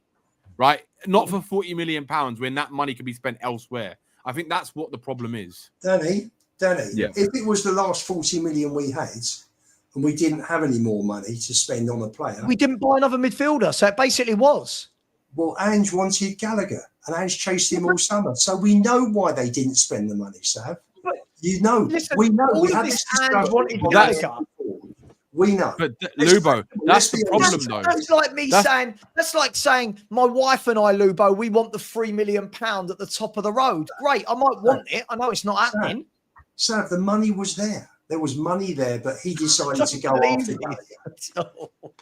But is that not fact? Am I not quoting facts? Okay, so let me get the Lubo timeline. Lubo, do you know what? I've never loved anyone as much as I love you. You are amazing, right? So the Lubo timeline is this. Spurs, Brentford put in big bid for 18-year-old, right? Spurs go, bloody hell, this is the greatest kid ever. We must match big bid. The greatest kid ever. Hang on, Lubo, I'm being facetious, right? He's not the greatest kid Lubo, ever. let me go, right? Let me go. So Spurs go, we want this kid. He's good. We're going to break our record for a teenager for him. We buy him. Great. Brentford, now Gray's done. The next bit of the timeline is Ange Postecoglou going, I will not buy anyone other than Conor Gallagher. He is the only midfielder in the entire world that I want at Tottenham. And then when that didn't work out and he went to Atletico Madrid, are we just saying there was no other central midfielders in the pot? There was no other. No, because I didn't see us linked to any other midfielders last year, guys. So it was Gallagher or nothing, according to you. And he stated Bergvall and Gray were good enough. That's why we didn't go for any others. Well, bang. Right. When did Gallagher go to Atletico Madrid? August? I don't know. Let's have a look. Let's have a look, shall we? Would you agree that by August most of the better players that are available? Would you say by August through July, most of the better players are snapped up. The clubs, the clubs at the top. 21st of August. Fine, left 10 days, didn't it? Sorry, but at no point in the lead up to the official announcement did we think, hang on, Conor Gallagher's in talks with Atletico Madrid. So at no point in August we went, yeah, he's not coming. We might want to go and get another midfielder with all that money that Lubo said is sitting around. There were so many journalists that reported that all he wanted was Gallagher. It wasn't just one. Yeah, no, there was. But just now you said he I'll defend you on that. It was all over the news, and by the time he probably realised that so by the time it actually got into his head that Gallagher wasn't going to come, all the other main midfielders that maybe the recruitment team wanted had all gone elsewhere. Ian, the economy now is more of a mess than ever. But even last season, I've been telling people for 2 years now, it is a wreck in Italy in literally every which way. Even more so now. Juventus are about the only team out there who've got significant money to spend. Yeah. The rest of them, by the size of their clubs and look, it is easier now to get the French, Dutch, German, Italian and Spanish league on your TV channel and cheaper than to get the Premier League on its own. Sure. Europe has been in trouble for a long time. So even if he's only got 3 days left, let's say 3 days left. I mean, surely we're talking about Levy's prime here and that. Are you telling me they could not have gone out and bought a better bloody player than Archie Gray for midfield? He chose not to, didn't he? Because he must have had about 55, 60 million in the bank if he was fighting that hard for Gallagher. How much did Gallagher go for? You argued about an hour ago that he wasn't backed in the transfer market. Now you're telling me he didn't want anyone in the transfer market other than Gallagher. No, hang on a second. I'm talking about the overall situation. You look at all the figures. Do you call that a mic being dropped, by the way? Do you call that backing? 18, 20 players for 200 odd million. Call that backing? No, hang on, but you're telling me though that you're telling me that this manager turned around and said the only midfielder I want is Conor Gallagher, and then the statement after was I didn't want to buy any midfielders because I think Gray and Bergvall, whatever he said about Gray and Bergvall. It's bullshit. You believe? Hang on a second. You spent the last 6 months knocking Ange for every single. I'm going by your theory, not mine. No, you can't pick and choose. You can't cherry pick. No, you're picking and choosing. You're picking and choosing. You can't cherry pick. He obviously you're picking and choosing. Listen, all he wanted was Gallagher. He could have gone for other players. He had the whole summer to do so. He chose not to. There's a question from our little Matty K. Where is it? Where's it gone? Matty K. He shouted at me to get my attention whilst he's WhatsApping me as well, trying to make bets with me about how many games Frank starts, how many games Gray starts. He says, Savva, in your opinion, who was the worst signing based on money, Tell or Gray? For me, it's Tell 100%. But what's your opinion? Danny K, I'm coming to you first. Danny K. Who was the worst signing based on? They were roughly the same price, give or take, with loans and Roden. It was all roughly 40 million each, right? Is that fair? With Roden going 40 million each, Danny. Yeah. I think Gray, if I'm honest. I think Gray. Why? Because from what I've seen, I think Tell has more potential with the right coach. Right? Maybe I might be wrong. It doesn't matter because if I'm in the mud, it doesn't matter because it means the player's going to turn out good. But I just think what I've seen from a coaching aspect of a manager who's going to coach, I think Tell is going to be a bigger difference maker for us with the right coaching from Frank than I think Gray. I just think in the Premier League, I just think Gray is not. I don't think he's up to standards. We need a strong midfielder. I can't see how he's going to get into that midfield. Unless Frank's got some sort of magic wand he's going to wave around like Harry Potter and bloody make him into some sort of masterpiece. He's that weak on the pitch that how do I relate to it? But look, Dan. Let's be honest, right? Let's be honest. Look, everyone has been saying that Thomas Frank is the guy that wanted him at Brentford, and now he's got him. So look, the only thing we can say is let's see what he can do, right? Because Thomas Frank seems to have some kind of ability of turning players from water into wine, sort of thing. So if every player in our team's going to get better, then he's going to be one of them. And let's see, you never know, he could turn out to be a completely different player. But just from what I've seen on his ability, right, I just can't see a player who's good on the ball. I mean, he's all right on the ball, but his passing range is awful, right? His long range passing is not great. Have you seen his stats, Danny? Seeing his stats? Isn't it? Yeah. Go and check his stats. Still, isn't it his long range? Go and check his stats. Seriously. Yeah, isn't it that his short range passing is like pretty decent, but anything after a certain amount of yards, his passing's non-existent. He's like really 15 low. yards was very good. 5 and 15 yards was very good. 62%, I think, was not what my eyes show me. Yards. Not what my eyes show me. I've seen the stats. I've seen the stats, but then Lubo, when you look at his certain range from after I think 20 yards, it's like his passing accuracy is awful, right? How many long balls? Tell me, how many long balls were played by Angie's team? Not a lot. That's true. But the thing is, right? Well, that's why we can't really judge him in one season. Like, I'm not going to write him off the one season. Sure. Like, he could turn around to be one of our best players next season. Who knows, right? None of us know. Just like none of us knew Harry Kane was going to turn out to be Harry Kane, or Son was going to turn out to be Son, or Dele Alli, or Gareth Bale even. So we just don't know. Like, if I just think personally, Archie Gray needs to bulk up if he wants to. I agree. No, I agree. I fully agree with you, Danny. He needs to be. He needs to be strong. And Ian, absolutely, if he hasn't bulked up, right, for the season that's going to come upon us, then I don't expect much more than what I saw last season. No, but by the way. But by the way, Conor Gallagher is not on £39,000 a week. He's on about 80 grand, isn't it? 80, 90 grand, I think, isn't it? He's on 170. He's on 170,000 a week. Let's not start putting out silly numbers like he's on 40 grand a week. I mean, look, when it comes to Gray in midfield, for me, not every midfielder has to be hench, yeah? But the thing was said that he was meant to be our DM, our number 6. And with that, I mean, he's that sort of one that just gets a bit loud in the pub, and that's all you have to do is give him a look and he sits down. That's the sort of way he portrays himself. Okay, in the next 2-3 years in the gym, he'll walk in there and he'll be twice the size of me. But that's not going to do him no favours then, when he just gets the dirty look and has to sit down.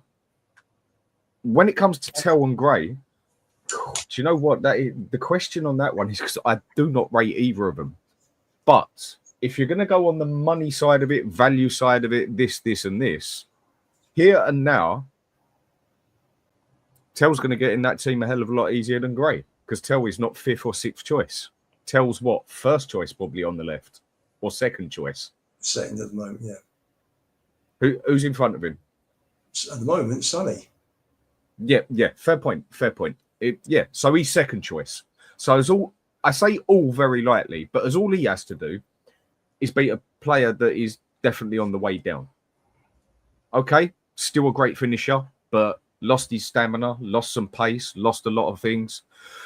Seems to be getting injured a lot more than that. If anything, for me, I think some people have tried to buy Tell and that he's going to be the replace for Son, which I just hope it is wrong. But it does look like a very Spursy thing to do.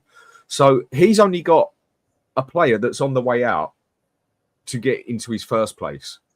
And Gray has got up to 5 other players who are already a significant mile ahead of him to try and jump that.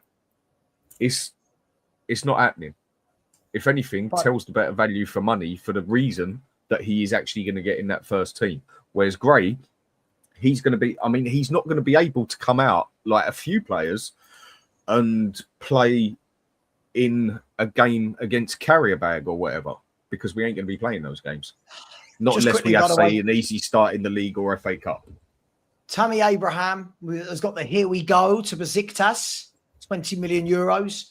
And Fabrizio Romano has just said that Chelsea will complete both deals tomorrow for João Pedro and Bino Gittins.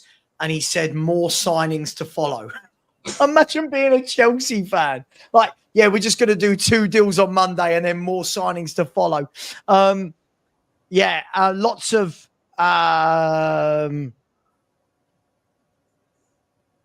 sorry. Yes, they have. I'm sorry, asking if the dogs are being fed. Alubo, Gray or Tell?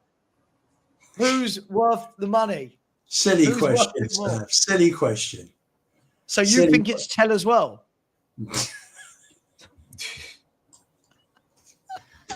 Don't even need to answer that, do I? But you know what I said? There is actually some logic to it, isn't it, Ian?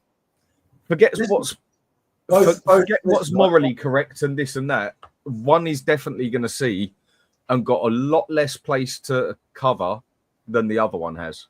It's like one's running around the block, the other one's running around the town.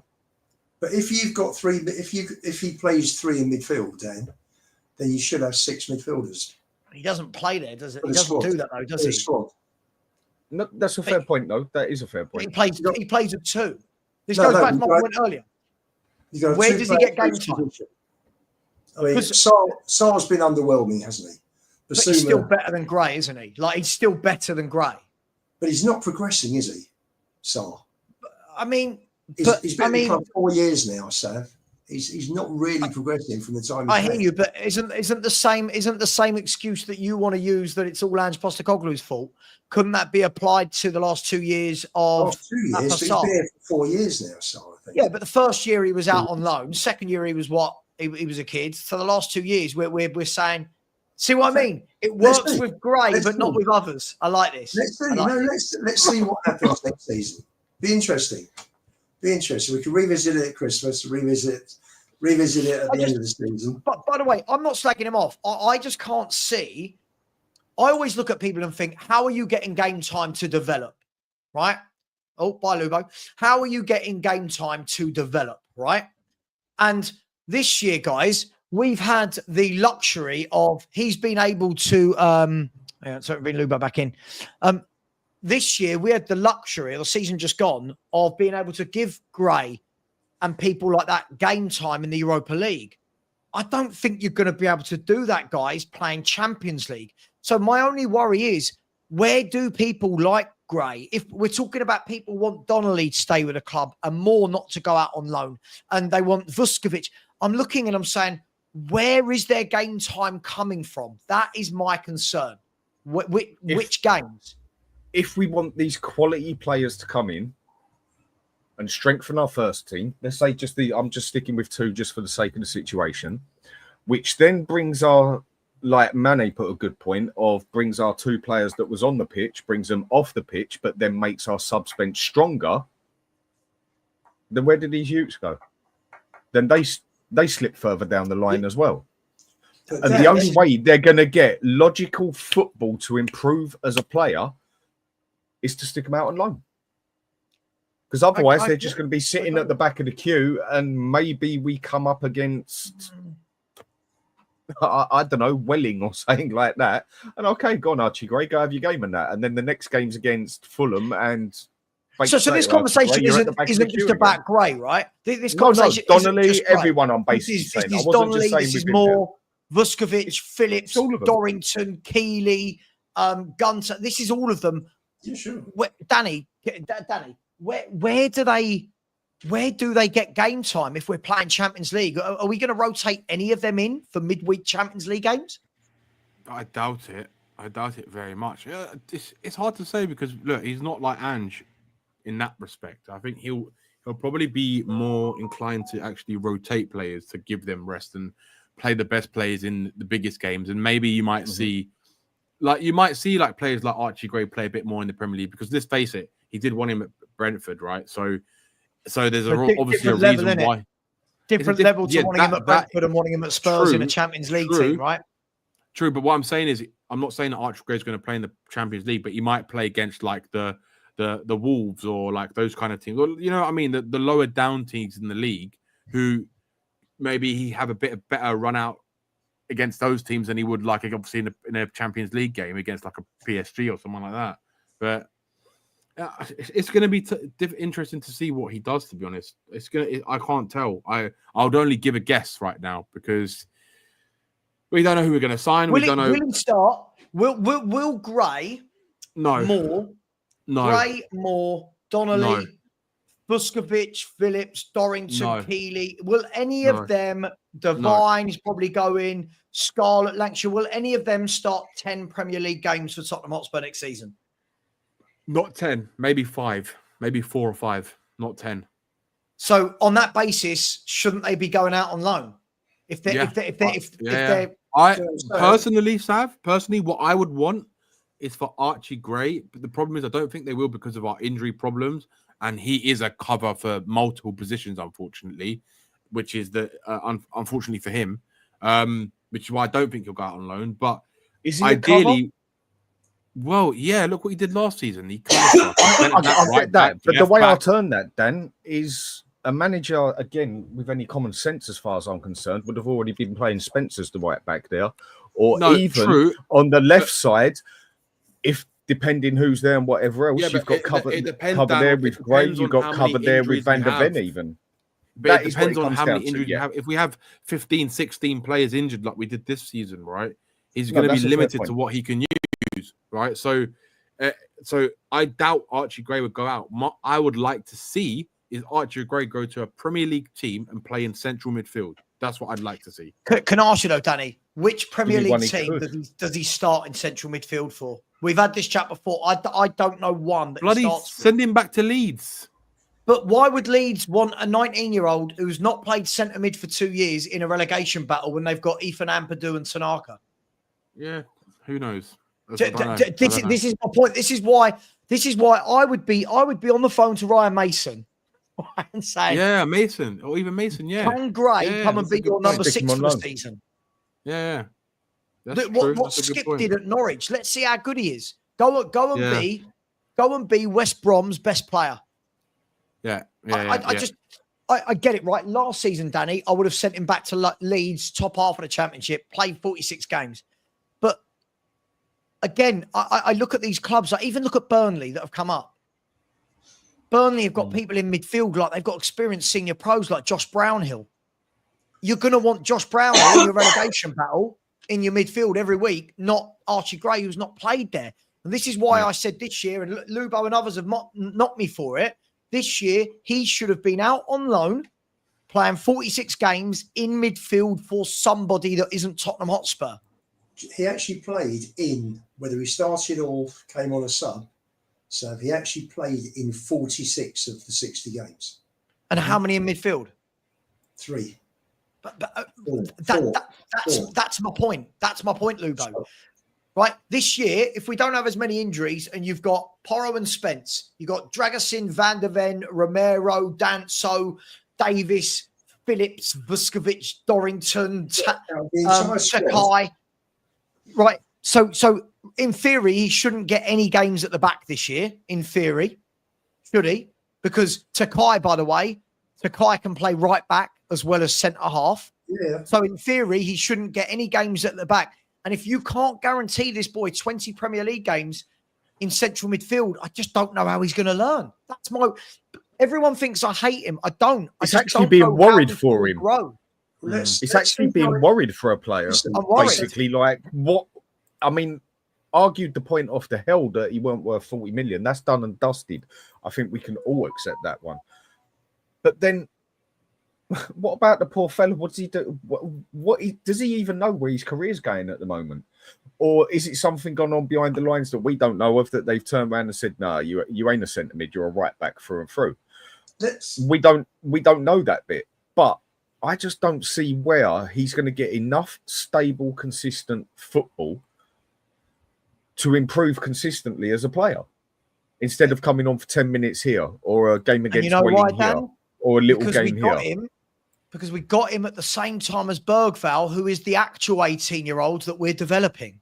That was my point to everyone last year. You can't have 2 at that age that you want to develop. Yeah. Listen, that was my point. Not unless you've got another good special 9 players or 8 players on that team. Bergvall was agreed in the January. Gray was agreed months later. They weren't brought together. No, that's my point. We knew we already had Bergvall, Lubo. Yeah, months earlier. Listen, none of us know what Frank is going to do with the players. Sure. None of us. So would you let him go on loan? Let me ask you right now. If I could guarantee you, Lubo, he's going to a championship team and he's going to be guaranteed 46 games if he's fit in central midfield, would you say, yep, go and bulk out, play 46 games in midfield? Or would you have him at Spurs playing when we're down to bare bones every now and then? Sav, we don't know that. You're giving me an either or, which is obviously send him out on loan to give him game time. But there is a massive shade of grey in between. Didn't mean to say that. Lubo did a funny. There we go. But you know he's not playing. No, but Frank likes him, Sav. I agree, but don't you think it'll be really worrying if game one of the season Spurs play a two-man midfield and Archie Gray is one of them? Won't that show we've had a horrific window? It'll show that we haven't bought a proper six, an established six that you bring in. How many sixes at 19 are there in the Premier League? Can you think of any? No, but that's the point, that there aren't any, and so, we're trying to push it. Listen, guys, I do need to do sure. Soul Sniper Gaming, you're saying he'll get game time this season. Is he 18 still, or is he 19 now? He's 19 now. He's 19. You're saying he'll get game time, Soul Sniper Gaming, but when I'm asking the question how, when he's got 3 or 4 midfielders above him. But Sav, I don't know who's coming in, who's going out. It's a bit of an unknown quantity at the moment, isn't it? I'm only going with what we've got. But it's not going to finish like that. I'm sure Frank's going to bring someone in and get. They're already talking about Jose wants Basuma, doesn't he? So but if we've got outgoings and a midfielder doesn't come in that's better than Gray, that will absolutely show me, and that will be by your own metric, that will show you that we're not a serious football club. But Sav, we're not a serious football club. We haven't been a serious football club for 25 years. Yeah. This is not the way a football club should operate. Okay, well, look, let me do 20 players, not one established six out of 20 people. I count Werner twice because there were 2 loan periods. Yeah, look, we'll see. At the moment, for me, I'll be honest, I don't even want Bergvall starting as one of my 2 centre mids next season. Not that I don't rate him, not that I don't think he's going to be good, but for me, that should be the bloke who's coming in behind 2 proper quality Premier League central midfielders. Right? Villa are not starting a 19-year-old in centre mid next year. Chelsea will not be. Newcastle will not be. Arsenal will not. All of these clubs won't be. I don't want my club to. Listen, let me do some super chats, and then we will end the show. Big up to Marios, who became a YouTube member. Big up to you, Marios, out there in Cyprus. I know you've probably had it even hotter than we have today, and it's been very hot here in the UK. Big up to you, Marios. Really appreciate you, buddy. And as for anyone that doesn't know, there is a member-only show tomorrow at 3 p.m. Members only. 3 p.m. tomorrow. Big up to you. Thank you to Emma Morton, who put in a super sticker. I really appreciate you, Emma. Thank you very much. And you're always very generous to me, so thank you very much. Queen Ellie Madders has been a member for 3 months. Go on, Ellie. Says, I'm 3 months loyal, but I'm probably more 3 years bantering with you, Savva. Legendary, actually. And we both can banter with the best. Ellie, I know I can banter with the best. I think you've got a little bit of upskilling to do, but you're nearly there. Don't worry, you're nearly there. Thank you for all your support, Ellie. I really appreciate you. Big up to Daniel Field, who just put in a super sticker. Thank you very much, Daniel. That is very, very much appreciated. You've been very generous down the years to me as well, so thank you. Talking of generous, Blaine Dev, always very, very generous. He has put in 5 channel memberships. I don't know who they went to. I think one went to Reezy, but other than that, I'm not sure who. Blaine, you're very generous, one of the most generous people I know. So thank you very much, buddy. I really appreciate you. Big up to Jamie Allen, who said, we have to remember Frank has only been in the job for 2 weeks. I think signings will come. We just have to be a bit patient and let's see what happens. Jamie, I think I speak for everyone when I think we all know there will be signings. I think our worry is going to be who are they, not if they're coming. Is that fair, panel? More worried about who they are rather than if they come? Yep. Yeah, I can agree with that. You know, there's going to be another 3 players coming in there, I think, but it is the question of is it going to be quality over quantity or quantity over quality? Or just all youngsters again? Yeah. No, but Lubo wants more youngsters. No, we've got enough. I'm joking, Lubo. Don't bite. Don't bite. I'm joking. I'm joking. Big up. He's fishing. Big up to Matt E.K. Coys. I've lost one of my super chats.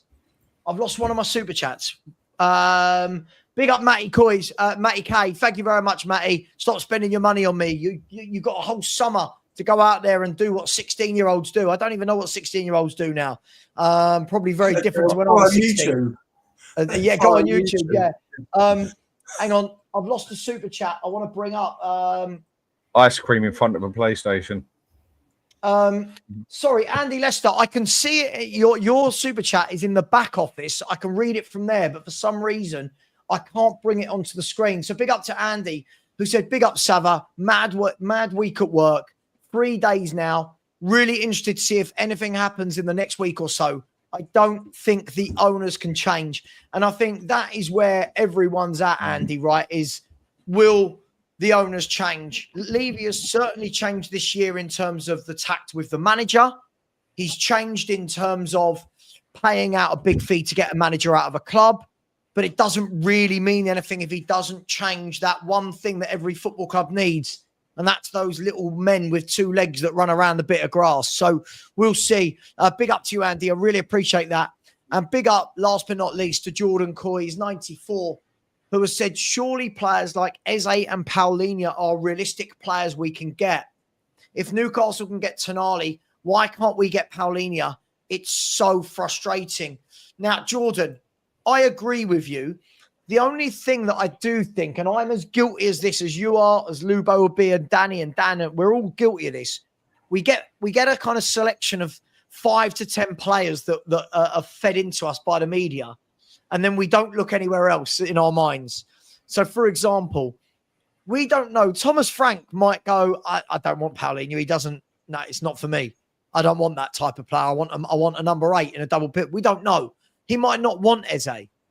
Right? I don't know. I'm just saying, but I completely agree with you. If Newcastle at their stage could have got Tonali, we should be able to get players of that ilk as well.